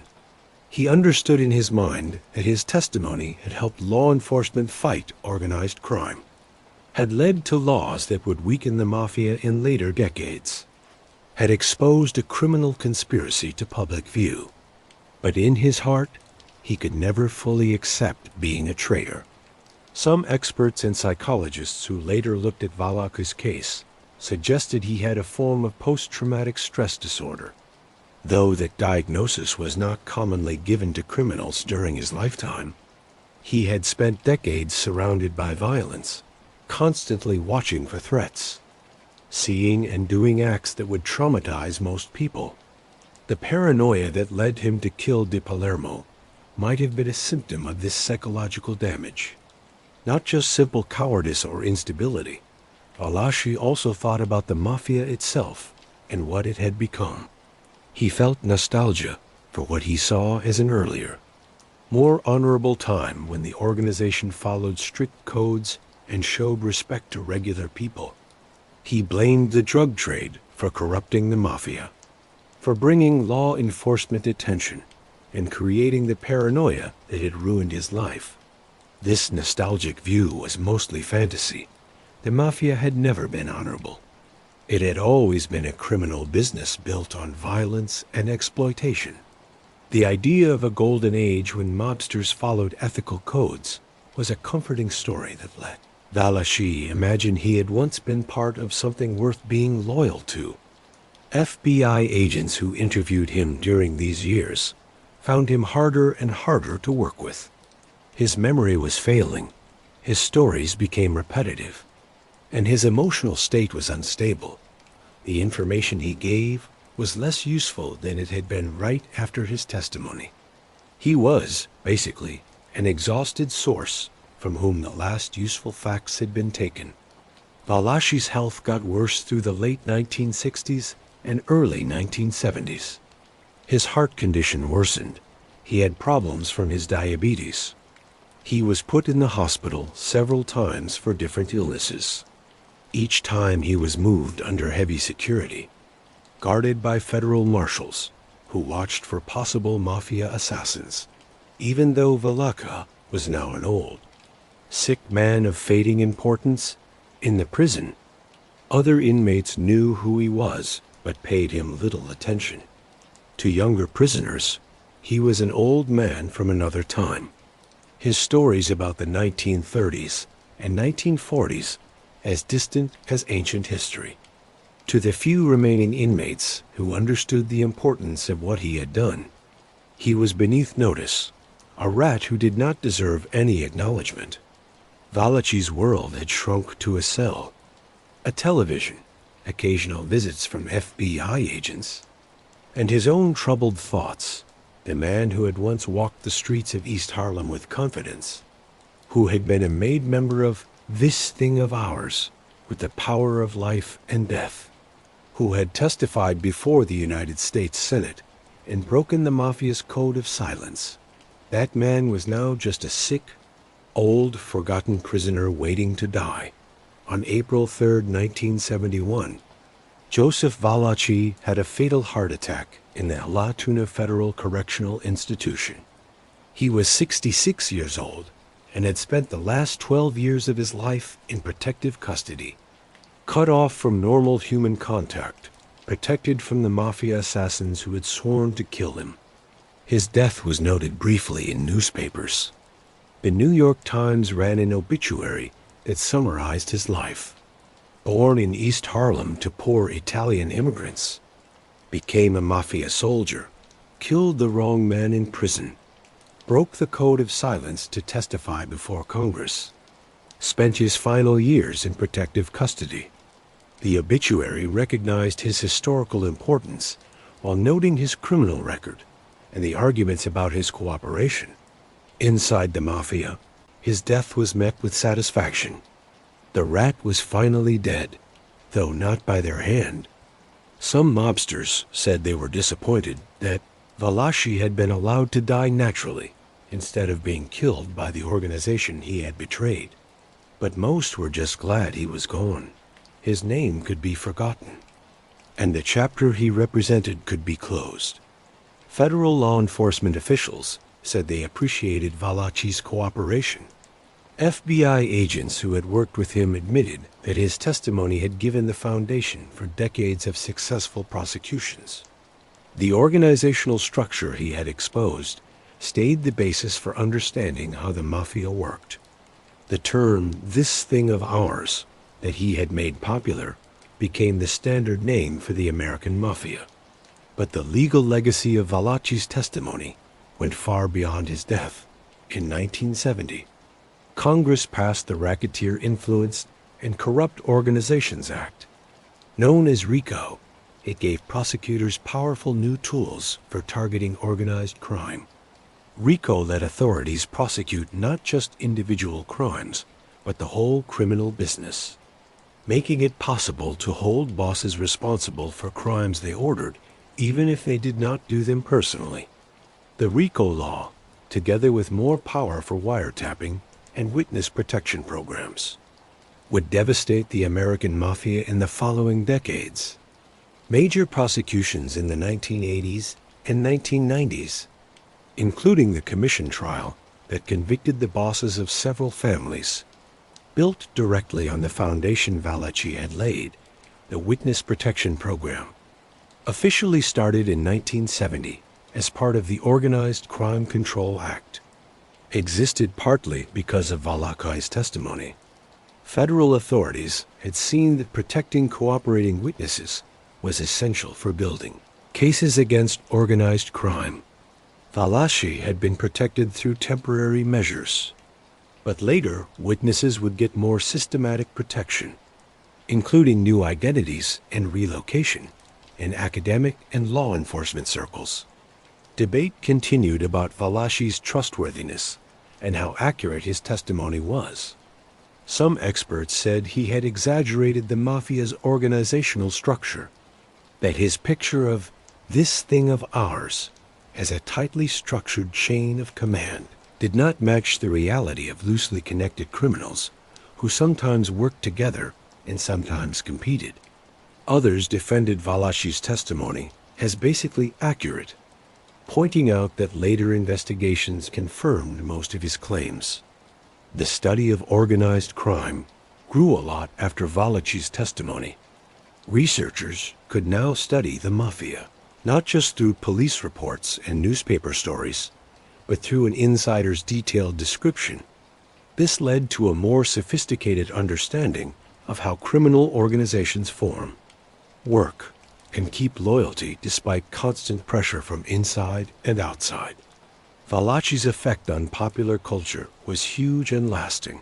The Godfather, published in 1969 by Mario Puzo and made into Francis Ford Coppola's famous film trilogy, used many details Valachi had revealed about mafia structure, rituals, and culture.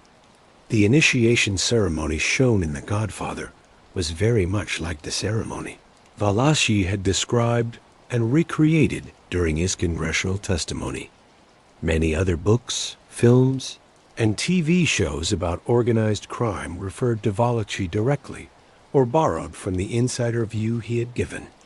Goodfellas, Casino, The Sopranos, and dozens of other works showed mafia life with a level of detail and realism it would have been impossible without Valachi's testimony. But this cultural fascination had costs. Critics said that making the mafia seem glamorous, even while condemning its violence, continued ethnic stereotypes and made organized crime seem exciting instead of destructive. Italian-American organizations fought against mixing Italian culture with mafia culture, saying that most Italian Americans had no connection to organized crime.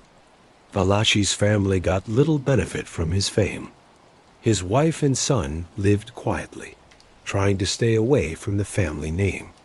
They gave no interviews, wrote no memoirs, and looked for no profit from their connection to one of the most important informants in American history. They were victims of Valachi's choices, innocent people who would spend their lives dealing with the results of his actions.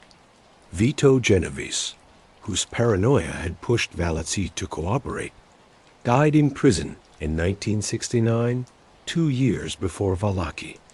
The boss had kept running his crime family from behind bars until his death from a heart attack. He never said publicly that he regretted how he treated Valachi, never admitted that his suspicions had been wrong, never took responsibility for pushing a loyal soldier into the arms of federal authorities. The $100,000 bounty on Valachi's head was never claimed. Despite the huge amount and the mafia's supposed reach, federal protection had kept Valachi out of their grasp. This was maybe the most important legacy of Valachi's testimony.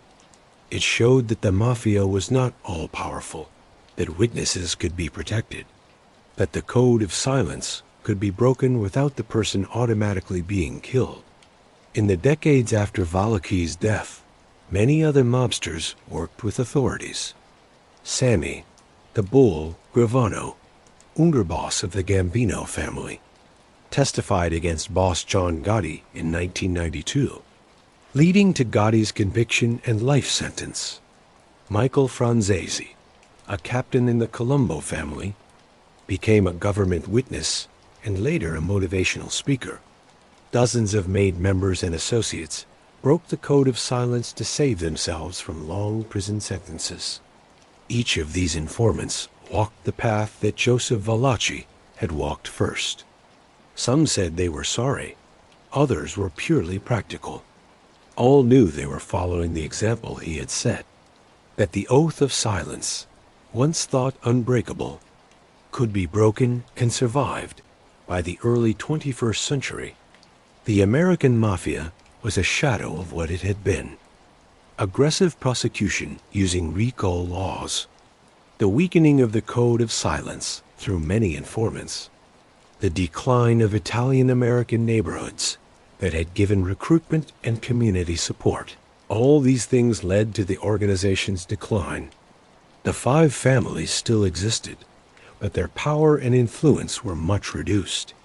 Joseph Valachi's testimony had not destroyed the mafia by itself, but it had been the first crack in the wall, the first break that later prosecutors and informants had made bigger until it collapsed. He had shown that the code of silence could be broken, that the organization's secrets could be told, that made members could choose saving themselves over loyalty. Whether this made him a hero or a villain is still argued about. Law enforcement praised him as an important ally in the fight against organized crime. Italian-American community leaders criticized him for continuing negative stereotypes. Mafia members hated him as the ultimate traitor. Historians debate his reasons, his trustworthiness, and his final importance. Joseph Valachi himself never resolved these contradictions. He died as he had lived his final years, conflicted, isolated, unsure whether his testimony had been an act of courage or cowardice, redemption or betrayal. To really understand Joseph Valachi's importance, we must look not just at what he revealed, but at who he was psychologically and emotionally. He was not a typical informant, not a calculating criminal who carefully weighed choices and picked cooperation as the best strategy. He was a broken man who broke his most sacred oath in a moment of desperation, and then spent the rest of his life trying to justify that decision. Valachi's personality was shaped by trauma, violence, and the strict codes of masculine honor that controlled Italian-American working-class culture in the early 20th century. His father's drinking and violence taught him that might makes right, that problems are solved by physical force, that showing weakness invites attack.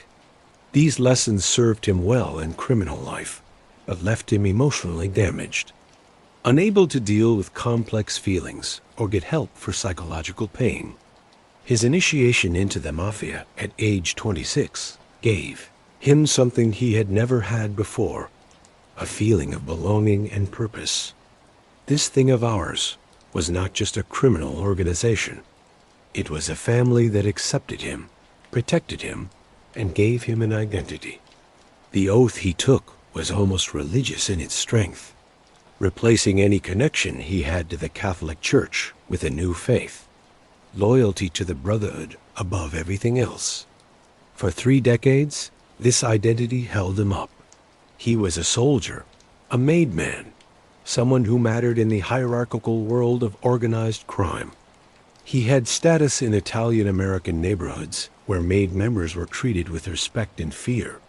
His criminal activities gave him enough money to live and occasional excitement. The violence he did was approved by the organization and so, in his mind, morally acceptable. But this identity was always fragile, depending on keeping good standing in the organization. When Vito Genovese started to suspect him of being an informant, Valachi's whole sense of self fell apart. If the organization rejected him, if his brothers saw him as a traitor, then who was he? The paranoia that consumed him in prison was more than fear of death. It was a deep terror of losing his identity. The murder of Joe Di Palermo showed Valachi's complete psychological breakdown. A rational person would have asked for protection from prison officials, would have tried to check if Genovese's suspicions were real, would have found ways to show loyalty, but Valachi was beyond rationality. His paranoia had taken over to the point where he saw threats everywhere and responded with the violence that had been his default setting for decades. When federal authorities approached him after the murder, they found a man with nothing left to lose and everything to gain from cooperation. His organization had abandoned him. His oath had already been broken by killing based on paranoid delusion, and his future held only death by fellow inmates or life in prison. Why not talk? Why not betray the organization that had betrayed him first? This psychological profile helps explain why Valachi's testimony was so complete and so damaging. He was not cooperating a little or holding back information to keep some tie to his old life. He burned every bridge, told every secret, named every name. This was total betrayal, the complete breaking of the code of silence that the Mafia had always feared. Some psychologists who later studied Valachi's case suggested he was looking for a new identity through cooperation. Having lost his identity as a made member, he became the classic informant, the man who exposed the Mafia. This new identity was publicly recognized, historically important, and gave meaning to his otherwise wasted life. He had traded being a forgettable soldier for being an unforgettable traitor. But this new identity brought no happiness. Valachi's depression, guilt, and mixed feelings in his final years suggested he never fully accepted the trade he had made. He stayed caught between two identities, the loyal soldier he had been and the infamous rat he had, become unable to fully live in either. His relationship with his own testimony was similarly conflicted, in public and in his autobiography. He defended his cooperation as necessary self-defense and a service to society, but in private, he expressed doubt about whether exposing the Mafia's secrets had been right. This doubt was not based on legal or moral reasoning. It was emotional and instinctive, the feeling that he had broken something sacred, This psychological complexity makes Valachi a more interesting historical figure than simple stories of either heroism or villainy would suggest. He was neither the brave witness standing up to evil, nor the hateful rat betraying his brothers. He was a damaged man making impossible choices in an impossible situation, and his testimony revealed as much about the psychology of criminal organizations as it did about their structure and operations. One of Joseph Valachi's most important legacies was showing that the code of silence, the mafia's famous rule of secrecy, could be broken.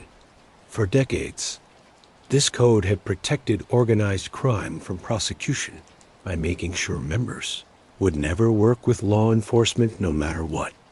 Valachi's testimony destroyed that myth and opened the door for future cooperation. The code of silence was more than just refusing to talk to police. It was a complete code that governed every part of a made member's relationship with law enforcement and civilian authority. Members were expected to accept arrest without fighting, but never give information.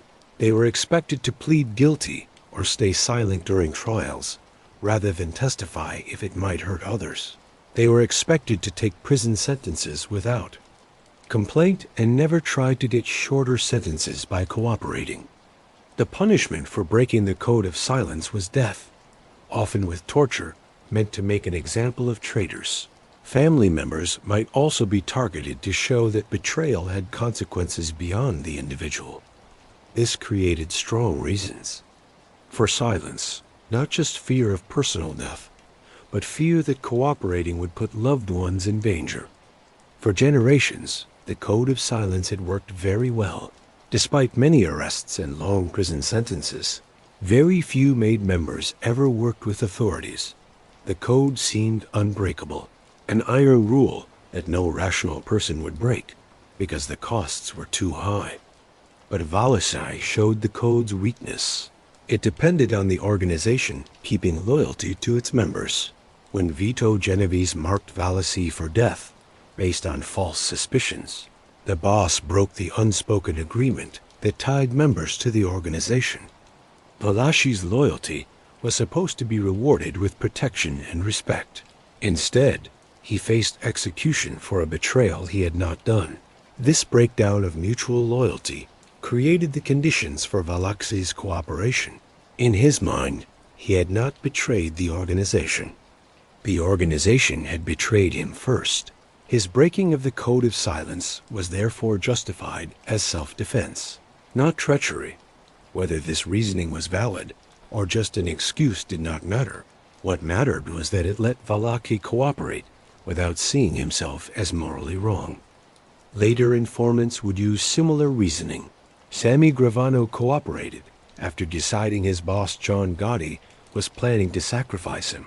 Michael Franzesi cooperated after deciding the mafia's violence and corruption did not match the religious faith he had found again. In each case, the informant made a story that justified breaking the code of silence while keeping some sense of personal honor. The increase in informants after Valachi showed that the code of silence had always been more fragile than the mafia wanted to admit. The code worked when members believed the organization would protect them and punish disloyalty properly. But when members faced long sentences, suspected betrayal by their own organization, or just got tired of criminal life, the code could be reasoned away. Law enforcement learned to use these weaknesses systematically. Prosecutors used long prison sentences to create pressure for cooperation. They offered witness protection programs that addressed the fear of revenge. They created divisions between defendants, suggesting others were cooperating and that loyalty would only mean longer sentences. The RICO law was especially good at breaking the code of silence because it let prosecutors charge whole criminal businesses instead of individual crimes. This meant even bosses who never personally did violence could be held responsible for murders they ordered, and that were done by their men. Facing life sentences or many decades in prison, many members decided the code of silence was a luxury they could not afford. By the 1980s and 1990s, cooperation had become almost routine. Defense lawyers negotiated cooperation agreements as standard practice. Mobsters knew their own associates might be wearing wires or giving information to prosecutors. The atmosphere of mutual suspicion that had driven Valachi to kill Joe Di Palermo became common throughout the Mafia. This erosion of the code of silence was arguably the most damaging result of Valachi's testimony. He had proven the code could be broken and survived, that the Mafia was not all-powerful, and that individual self-interest could beat organizational loyalty. Every later informant reinforced this lesson until the code of silence became more myth than reality. Some experts said the code of silence had never been as absolute as the Mafia claimed. Historical research showed many cases of cooperation with authorities even before Valachi. Though these cases were less publicized and involved lower-level people, the idea of an unbreakable code was partly propaganda meant to scare potential informants through psychological intimidation. Valachi's importance was not that he was the first to break the code of silence. He was not, but he broke it so publicly and completely that the myth of its absolute power could no longer be believed. After Valachi, every mobster knew cooperation was possible, that informants could be protected, and that the organization's threats were not always carried out. This knowledge basically changed how organized crime worked, made members become more careful about sharing information, limiting knowledge to stop potential informants from causing maximum damage. But this caution also made the organization less efficient, less coordinated, and less unified. The brotherhood that had once been this thing of ours, greatest strength, became weakened by suspicion and fear. Joseph Valachi had not meant to destroy the code of silence. He had just tried to save himself from what he saw as unfair execution. But in doing so, he had exposed the code's central weakness. It worked only as long as members believed in it absolutely. Once that belief was shattered, the code of silence became just another rule that could be broken when circumstances made breaking it seem reasonable. Valachi's testimony marked a turning point in American law enforcement's approach to organized crime. Before 1963, federal authorities had been mostly ineffective at fighting the Mafia. After Valachi, a coordinated, systematic campaign would slowly take apart the organization's power structure. The FBI, under J. Edgar Hoover, had long denied that a national organized crime network existed. Hoover preferred to focus on crimes that got good publicity: bank robberies, kidnappings, and communist plots. Organized crime was messy, hard to prosecute, and politically complicated because many local politicians had corrupt ties to mobsters. Valachi's testimony forced the FBI to face reality. The organizational charts he helped make, the detailed descriptions of how the five families worked, the reveal of the commission that coordinated activities between families, all of this proved beyond any doubt that the Mafia existed and worked on a national scale. This admission led to a big change in FBI priorities. Hoover, seeing that denying the Mafia's existence was no longer possible, started the Top Hoodlum program, which required FBI field offices to identify and watch major organized crime figures in their areas.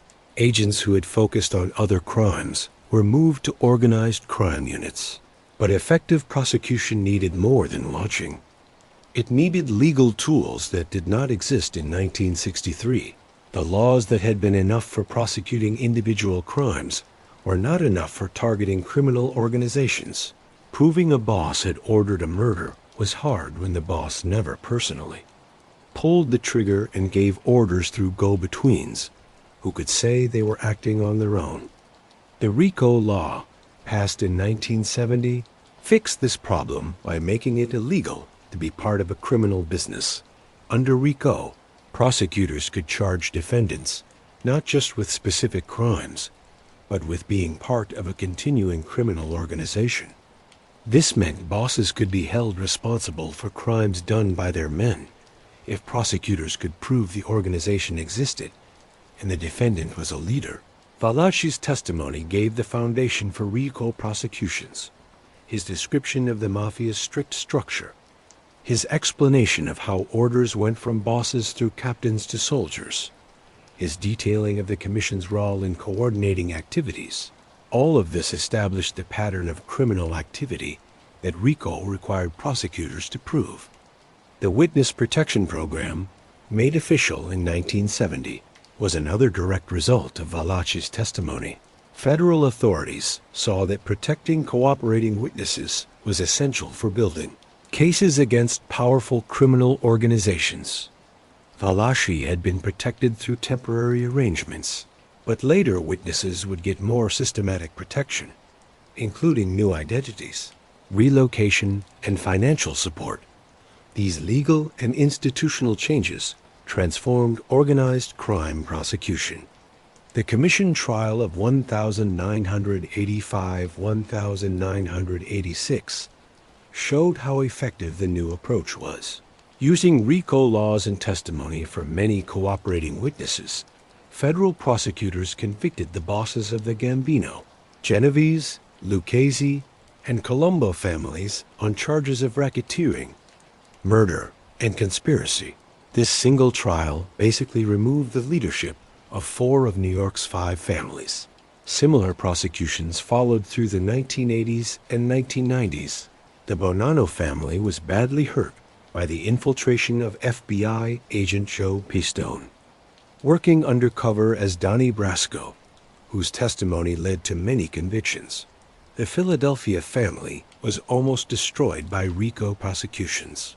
Smaller organized crime operations across the country faced similar federal campaigns, more power for wiretapping. Another development after Valachi gave prosecutors evidence like never before. Bugs put in social clubs, cars, and homes recorded mobsters talking about crimes in their own words. These recordings not only gave direct evidence of criminal activity, but also confirmed the organizational structure Valachi had described. The change was not limited to federal law enforcement. State and local police departments made organized crime units that worked with federal authorities. Sharing information between agencies improved a lot.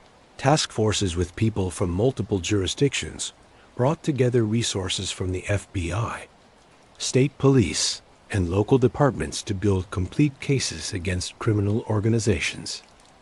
Italian law enforcement also gained from Valachi's testimony. The reveals about connections between American and Sicilian mafia organizations helped prosecutors understand their own organized crime problems. The Pizza Connection case of the 1980s, which exposed a huge heroin trafficking network connecting Sicilian and American mobsters, built on intelligence frameworks that went back to Valachi's disclosures. The academic study of organized crime also grew after Valachi's testimony. Criminologists, sociologists, and anthropologists could now study the mafia with detailed insider information. This led to sophisticated theoretical models of how criminal organizations form, recruit members, keep discipline, and interact with lawful society. Law schools started teaching courses on organized crime prosecution, using Valachi's testimony as a basic text. Future prosecutors learned to identify criminal businesses, build RICO cases, turn witnesses, and protect cooperators. The techniques developed to fight the mafia were later used against other criminal organizations, drug cartels, street gangs, white-collar criminal networks, and terrorist groups. But the transformation of American law enforcement also raised worries about civil liberties. The same tools used to fight organized crime wiretaps, informants, aggressive prosecution, could be misused if not carefully limited by oversight and court review. Critics feared that the war on organized crime made surveillance and prosecution techniques seem normal that threatened constitutional protections. The ethics of using cooperating witnesses also stayed controversial. Prosecutors made deals with murderers, giving them shorter sentences or immunity in exchange for testifying against other criminals. Some cooperators, like Sammy Gravano, admitted to dozens of murders, yet got fairly light sentences and were eventually released. The public struggled with whether such deals were necessary compromises or moral betrayals. Defense lawyers argued that cooperating witnesses were naturally unreliable because they had reasons to lie or exaggerate to please prosecutors. The testimony of criminals trying to shorten their own sentences should be viewed with doubt. They said, yet juries often convicted based mainly on such testimony. These debates continued long after Valachi's death, but his testimony remained the reference point for discussions about cooperating witnesses. He was the first, the most famous, and in many ways the most important. Every later debate about informant reliability looked back to Valachi. Was he telling the truth? Were his reasons disqualifying?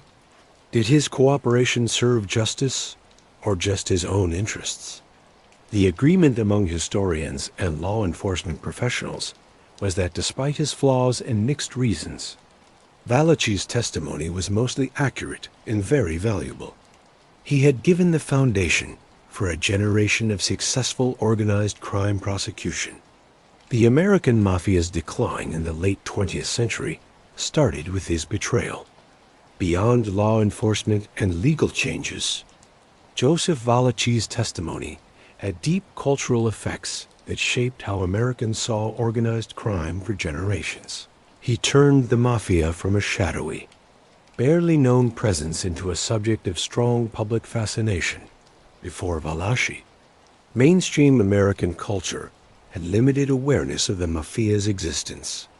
Newspaper stories sometimes mentioned gangland killings or police raids on illegal gambling operations, but these were treated as separate incidents, not evidence of a systematic criminal organization.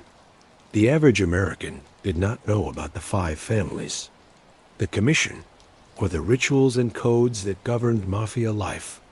Valachi changed this dramatically. His televised testimony brought organized crime into American living rooms. Millions of viewers watched as he described the initiation ceremony, explained the strict structure, and named the bosses who controlled huge criminal businesses. The Mafia went from mysterious and unknown to documented and understood. This public exposure had contradictory effects.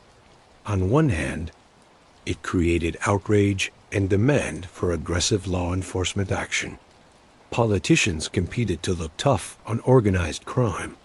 Federal money for anti-mafia efforts increased. Public support for more law enforcement powers grew.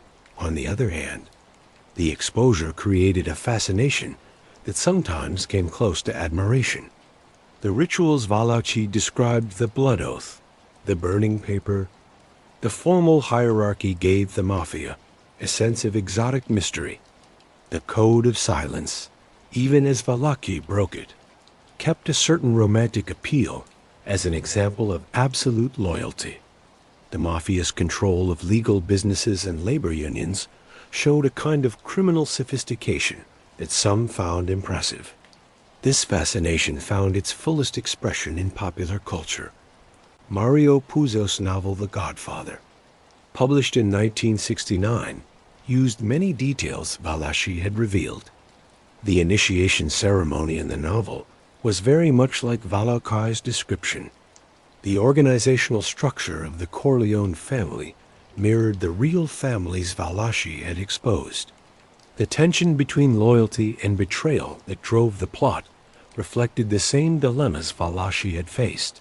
Francis Ford Coppola's film version of The Godfather in 1972 became one of the most praised and influential movies in American cinema. Its picture of the Mafia as a complicated, almost noble organization governed by codes of honor and family loyalty created a lasting cultural model. Later films, TV shows, and books would refer to The Godfather as the final representation of mafia life. But The Godfather was fiction, and its romanticized picture was very different from the reality Valachi had described. Valachi's testimony had shown an organization built on murder, extortion, and exploitation. There was nothing noble about it. Yet popular culture often ignored this reality in favor of more appealing made-up stories. The Sopranos, 1999 to 2007, often called the greatest television series ever made, dealt more directly with the contradictions between mafia myth and reality. The show's main character, Tony Soprano, was both a brutal criminal and a sympathetic character struggling with psychological issues. The series admitted that organized crime destroyed lives while also exploring the human psychology of its participants. The Sopranos also directly referred to Valachi and the culture of informants his testimony had created. Characters talked about rats with contempt, while also wondering if their associates were working with authorities. The weakening of the code of silence that Valachi had started was a constant theme, with characters torn between traditional loyalty and modern self-preservation. Martin Scorsese's films, Goodfellas, 1990, and Casino, 1995, took a more documentary-like approach, showing organized crime as both exciting and finally self-destructive. These films showed the violence, paranoia, and betrayal that marked real mafia life, using the same insider view Valachi had first given. The increase in mafia-themed entertainment raised worries about making it seem glamorous. Italian-American organizations complained that these cultural products continued ethnic stereotypes, suggesting that Italian identity was somehow tied to organized crime. They pointed out that most Italian Americans had no connection to the mafia, and that focusing on organized crime unfairly stigmatized a whole ethnic group. These concerns had merit. Studies showed Italian Americans faced discrimination and stereotyping, partly because of the cultural link between Italian identity and mafia activity. Job applicants with Italian last names got questions about mafia connections. Italian-American politicians had to clearly distance themselves from organized crime in ways other ethnic politicians did not. But defenders of mafia-themed entertainment said these works were exploring universal themes: loyalty, family, power, morality, using the mafia as a dramatic setting. The Godfather was not really about Italian Americans. It was about the American immigrant experience, the tension between old-world values and American capitalism, the corruption that comes with power. These themes went beyond ethnicity. The debate over cultural representation of the mafia continued unresolved, but Valachi's testimony remained the source material that made such representation possible. Without his insider account, filmmakers and writers would have lacked the detailed knowledge needed to create realistic-feeling pictures of mafia life. Valachi's cultural legacy also included his role in creating the model of the mob informant. Every later story about organized crime had rats and snitches, characters who broke the code of silence and faced consequences. These characters were always shown negatively, even in stories critical of the mafia itself. The cultural message was clear. Whatever your opinion of organized crime, betraying your associates was contemptible. This cultural judgment reflected broader American attitudes about loyalty and betrayal. In a society that values individualism and self-interest, there remained surprising respect for loyalty to groups, even criminal groups. Valachi became a symbol of betrayal that went beyond the specific context of organized crime. In business, politics, and personal relationships, being called a Valachi meant being labeled as someone who betrayed trust to save himself. Yet this cultural condemnation existed together with recognition that Valachi's testimony had served the public good. He was at the same time hated and historically important. A traitor whose betrayal had helped take apart a criminal empire. This paradox condemning the act while admitting its value stayed unresolved in American culture. Joseph Valachi's life and testimony raise deep ethical questions that stay relevant decades after his death.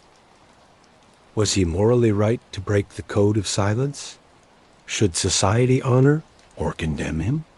What does his story teach about loyalty, betrayal, and the relationship between the individual and the group?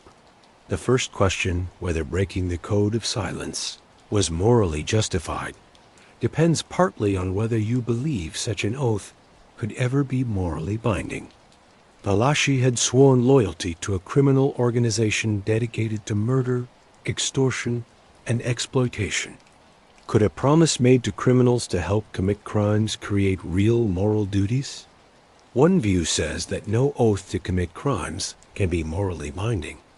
Valachi's initiation into the Mafia was itself an immoral act, making his later loyalty to the organization a continuation of immorality. Not a virtue, by this reasoning, breaking the code of silence was morally required. He had a duty to stop taking part in organized crime and to help law enforcement fight it. But this view ignores the complexity of moral psychology. Valachi truly believed his oath was sacred. He had built his whole adult identity around being a made member of this thing of ours. The organization had given him community, purpose, and meaning in a life that otherwise lacked these things. Betraying that oath, even if intellectually defensible, caused him real moral pain. Another view stresses the circumstances of his cooperation. Valachi did not break the code of silence because he had a moral awakening about the evils of organized crime. He broke it because Vito Genovese had marked him for death based on false accusations. By this reasoning, his cooperation was self-defense, not principled whistleblowing. The organization had betrayed him first, freeing him from his duties. This justification has intuitive appeal, but raises questions about the nature of loyalty. If loyalty holds only when things are going well, when the organization treats you fairly, when your self-interest matches the group's interest, then is it really loyalty? True loyalty, some say, means keeping commitments even when it is costly or hard. Yet demands for absolute loyalty can be used to exploit and abuse.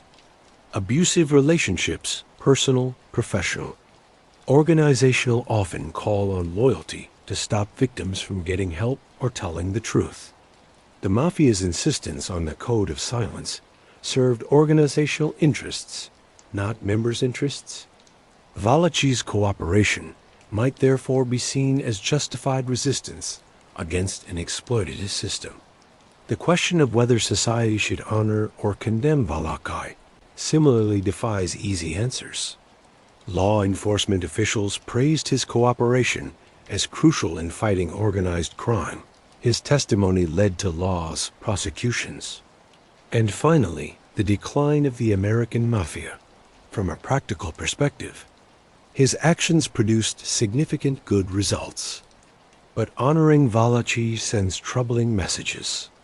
It suggests that betraying your associates is acceptable when self-interest demands it. It implies that sacred oaths can be thrown away when inconvenient. It rewards a career criminal who only cooperated after committing murder and facing life in prison. These implications trouble many people, even those who admit Valachi's testimony was valuable.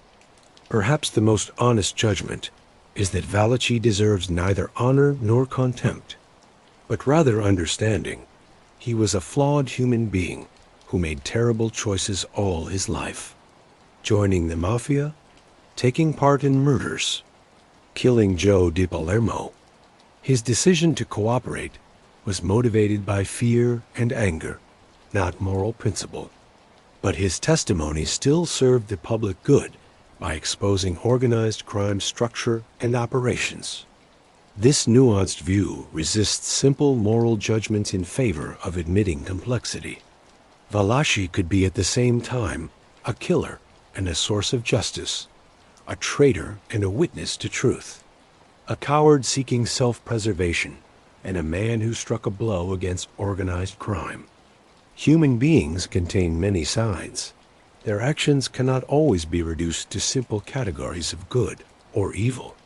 The broader question about loyalty, betrayal, and the relationship between individual and group goes beyond Valachi's specific case. His story shows the tension between two important values: loyalty to your community and loyalty to your moral principles. Strong communities need some degree of loyalty. Members must support each other, keep confidences, and put group welfare above individual advantage. Without such loyalty, communities fall apart into collections of self-interested individuals with no bonds or duties to each other. But loyalty can also enable evil. Organizations that demand absolute loyalty often use that loyalty to stop internal reform or external accountability. The Mafia's insistence on the code of silence protected criminals from prosecution, letting organized crime grow. Corporate cultures that put loyalty above honesty allow fraud and wrongdoing. Political movements that demand absolute loyalty to leaders enable authoritarianism. Valachi's testimony showed that even the strongest code of loyalty can be, and perhaps should be, broken when the organization demands taking part in evil. His breaking of the code of silence was triggered by self-interest, but it achieved something morally significant, exposing criminals to justice. Yet we should be careful about celebrating such breaks. A society where individuals easily betray groups for personal advantage would be broken and dysfunctional.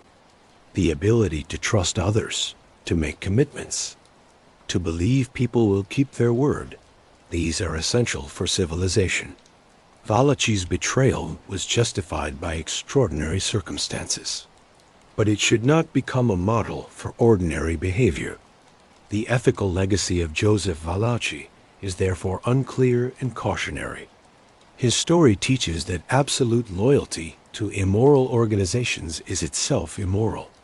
It teaches that sacred oaths can become invalid when the organization betrays its members or demands evil. It teaches that whistleblowing, despite its costs, can serve justice. But it also teaches that betrayal, even justified betrayal, is painful and psychologically damaging. Valachi never found peace about his decision. His final years were marked by depression, guilt, and mixed feelings. He had done something law enforcement praised and historians recognized as important. Yet he died alone, isolated, tormented by knowing he had broken the most important commitment of his life. Perhaps the lesson is that some moral dilemmas have no good solutions, only choices between different kinds of failure.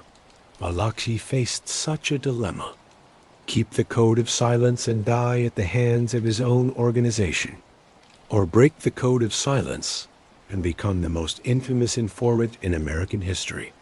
He chose betrayal over death, testimony over silence, self-preservation over loyalty. Whether that choice was right, whether it was morally defensible, whether it should be honored or condemned, these questions resist final answers. They remain open, argued about, and deeply uncomfortable, forcing us to struggle with the limits of loyalty and the costs of telling the truth. On a spring morning in 1971, Joseph Valachi's heart finally gave out. He died in his cell at the La Tuna Federal Correctional Institution, alone except for guards who had been assigned to protect him from assassins who never came. His body was claimed by family members who had long since distanced themselves from his name. He was buried quietly, with little ceremony, in a place that remains unknown to prevent vandalism. The obituaries were short. They noted his criminal record: His unprecedented testimony, his years in protective custody. Some called him a brave witness who helped take apart organized crime. Others called him a rat who broke his oath to save himself. Most simply admitted he had changed American history by becoming the first, made member of the Mafia to publicly break the code of silence. In the decades since his death, Valachi's name has become shorthand for betrayal in organized crime circles. To pull a Valachi means to cooperate with authorities, to inform on associates, to put self-interest above loyalty. The term carries contempt, suggesting such cooperation is hateful, even when it serves justice. But Valachi's legacy goes far beyond his infamy among criminals. His testimony basically changed the path of American law enforcement's fight against organized crime. The RICO laws, witness protection programs, and aggressive prosecution strategies that would devastate the Mafia in later decades, all built on the foundation he established. The organizational charts he helped make, showing the strict structure of the 5 families, became the model for understanding how organized crime works. Law enforcement agencies around the world adopted similar analytical frameworks for studying criminal organizations.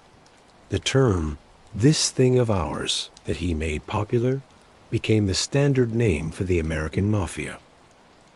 His demonstration that the code of silence could be broken opened the door for future cooperation. Hundreds of later informants, from low-level associates to high-ranking bosses, broke the code of silence, each citing circumstances that justified their betrayal.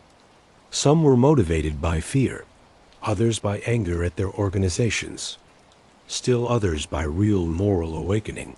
But all of them walked the path Joseph Valachi had walked first. The American Mafia that exists today is a shadow of the organization Valachi described in 1963. Aggressive prosecution using RICO laws has put multiple generations of leadership in prison. The weakening of the code of silence has created an atmosphere of paranoia, where mobsters suspect their closest associates of wearing wires. The decline of Italian-American city neighborhoods has reduced recruitment and community support. The organization continues, but its power and influence are much reduced. This decline started with Joseph Valachi's testimony. He did not destroy the Mafia by himself. That needed decades of sustained law enforcement effort, legal innovation, and social change. But he was the first crack in the wall, the first break that later prosecutors and informants made wider until it collapsed. His effect on popular culture was equally important. The details he revealed about Mafia rituals, structure, and operations gave source material for countless books, films, and TV shows. The Godfather, Goodfellas, The Sopranos, and dozens of other works used the insider view he provided. Americans' understanding of organized crime was shaped by Valachi's testimony, even when they did not know his name, but for all his historical importance. Joseph Valachi remained a deeply tragic figure.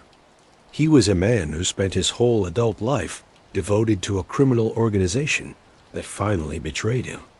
He killed an innocent man in a moment of paranoid delusion. He broke the most sacred oath he ever took, becoming permanently marked as a traitor. He spent his final years isolated, protected from the revenge he knew would come if he ever walked free. He never found redemption or peace. His testimony helped take apart organized crime. But that achievement gave him no satisfaction. His cooperation was born of desperation, not principle, and he knew it. He had saved himself by betraying others, and that knowledge haunted him until his death. Standing in the prison yard on that June morning in 1962, blood on his hands from killing Joe Di Palermo, Joseph Valachi could not have imagined how his life would end or what his legacy would become. He thought he had killed the assassin sent to murder him. Instead, he had killed an innocent man, starting events that would change American criminal justice history. In the 9 years between that murder and his death, he walked a path no made member had walked before. He broke the code of silence publicly and completely. He exposed the Mafia's secrets to congressional investigators and television audiences. He helped create the legal and cultural framework that would finally weaken organized crime in America. But he paid for this legacy with everything he had: his identity, his freedom, his family, his peace of mind, and finally, his life. He died as he had lived his final years, alone, isolated, caught between two identities he could never make fit together. History will remember Joseph Valachi as the man who broke the code of silence, the first insider who exposed this thing of ours to the world. Some will see him as a hero who struck a blow against organized crime. Others will see him as a traitor who broke his oath to save himself. Most will recognize he was both and neither, a complicated, flawed human being whose desperate choices in an impossible situation changed the course of American history. The burning paper in his hands during the initiation ceremony had symbolized the fate waiting for traitors. As burns this saint, so will burn my soul, he had sworn. So would he burn if he ever broke his oath. In the end, Joseph Valachi did break that oath. And whether his soul burned or found peace remains known only to whatever waits us beyond this life. What is certain is that his testimony burned away the mystery that had protected the Mafia for generations. The code of silence was broken, his secrets were told, the organization was revealed, and American law enforcement gained the knowledge needed to start taking apart an empire built on violence, fear, and the code of silence.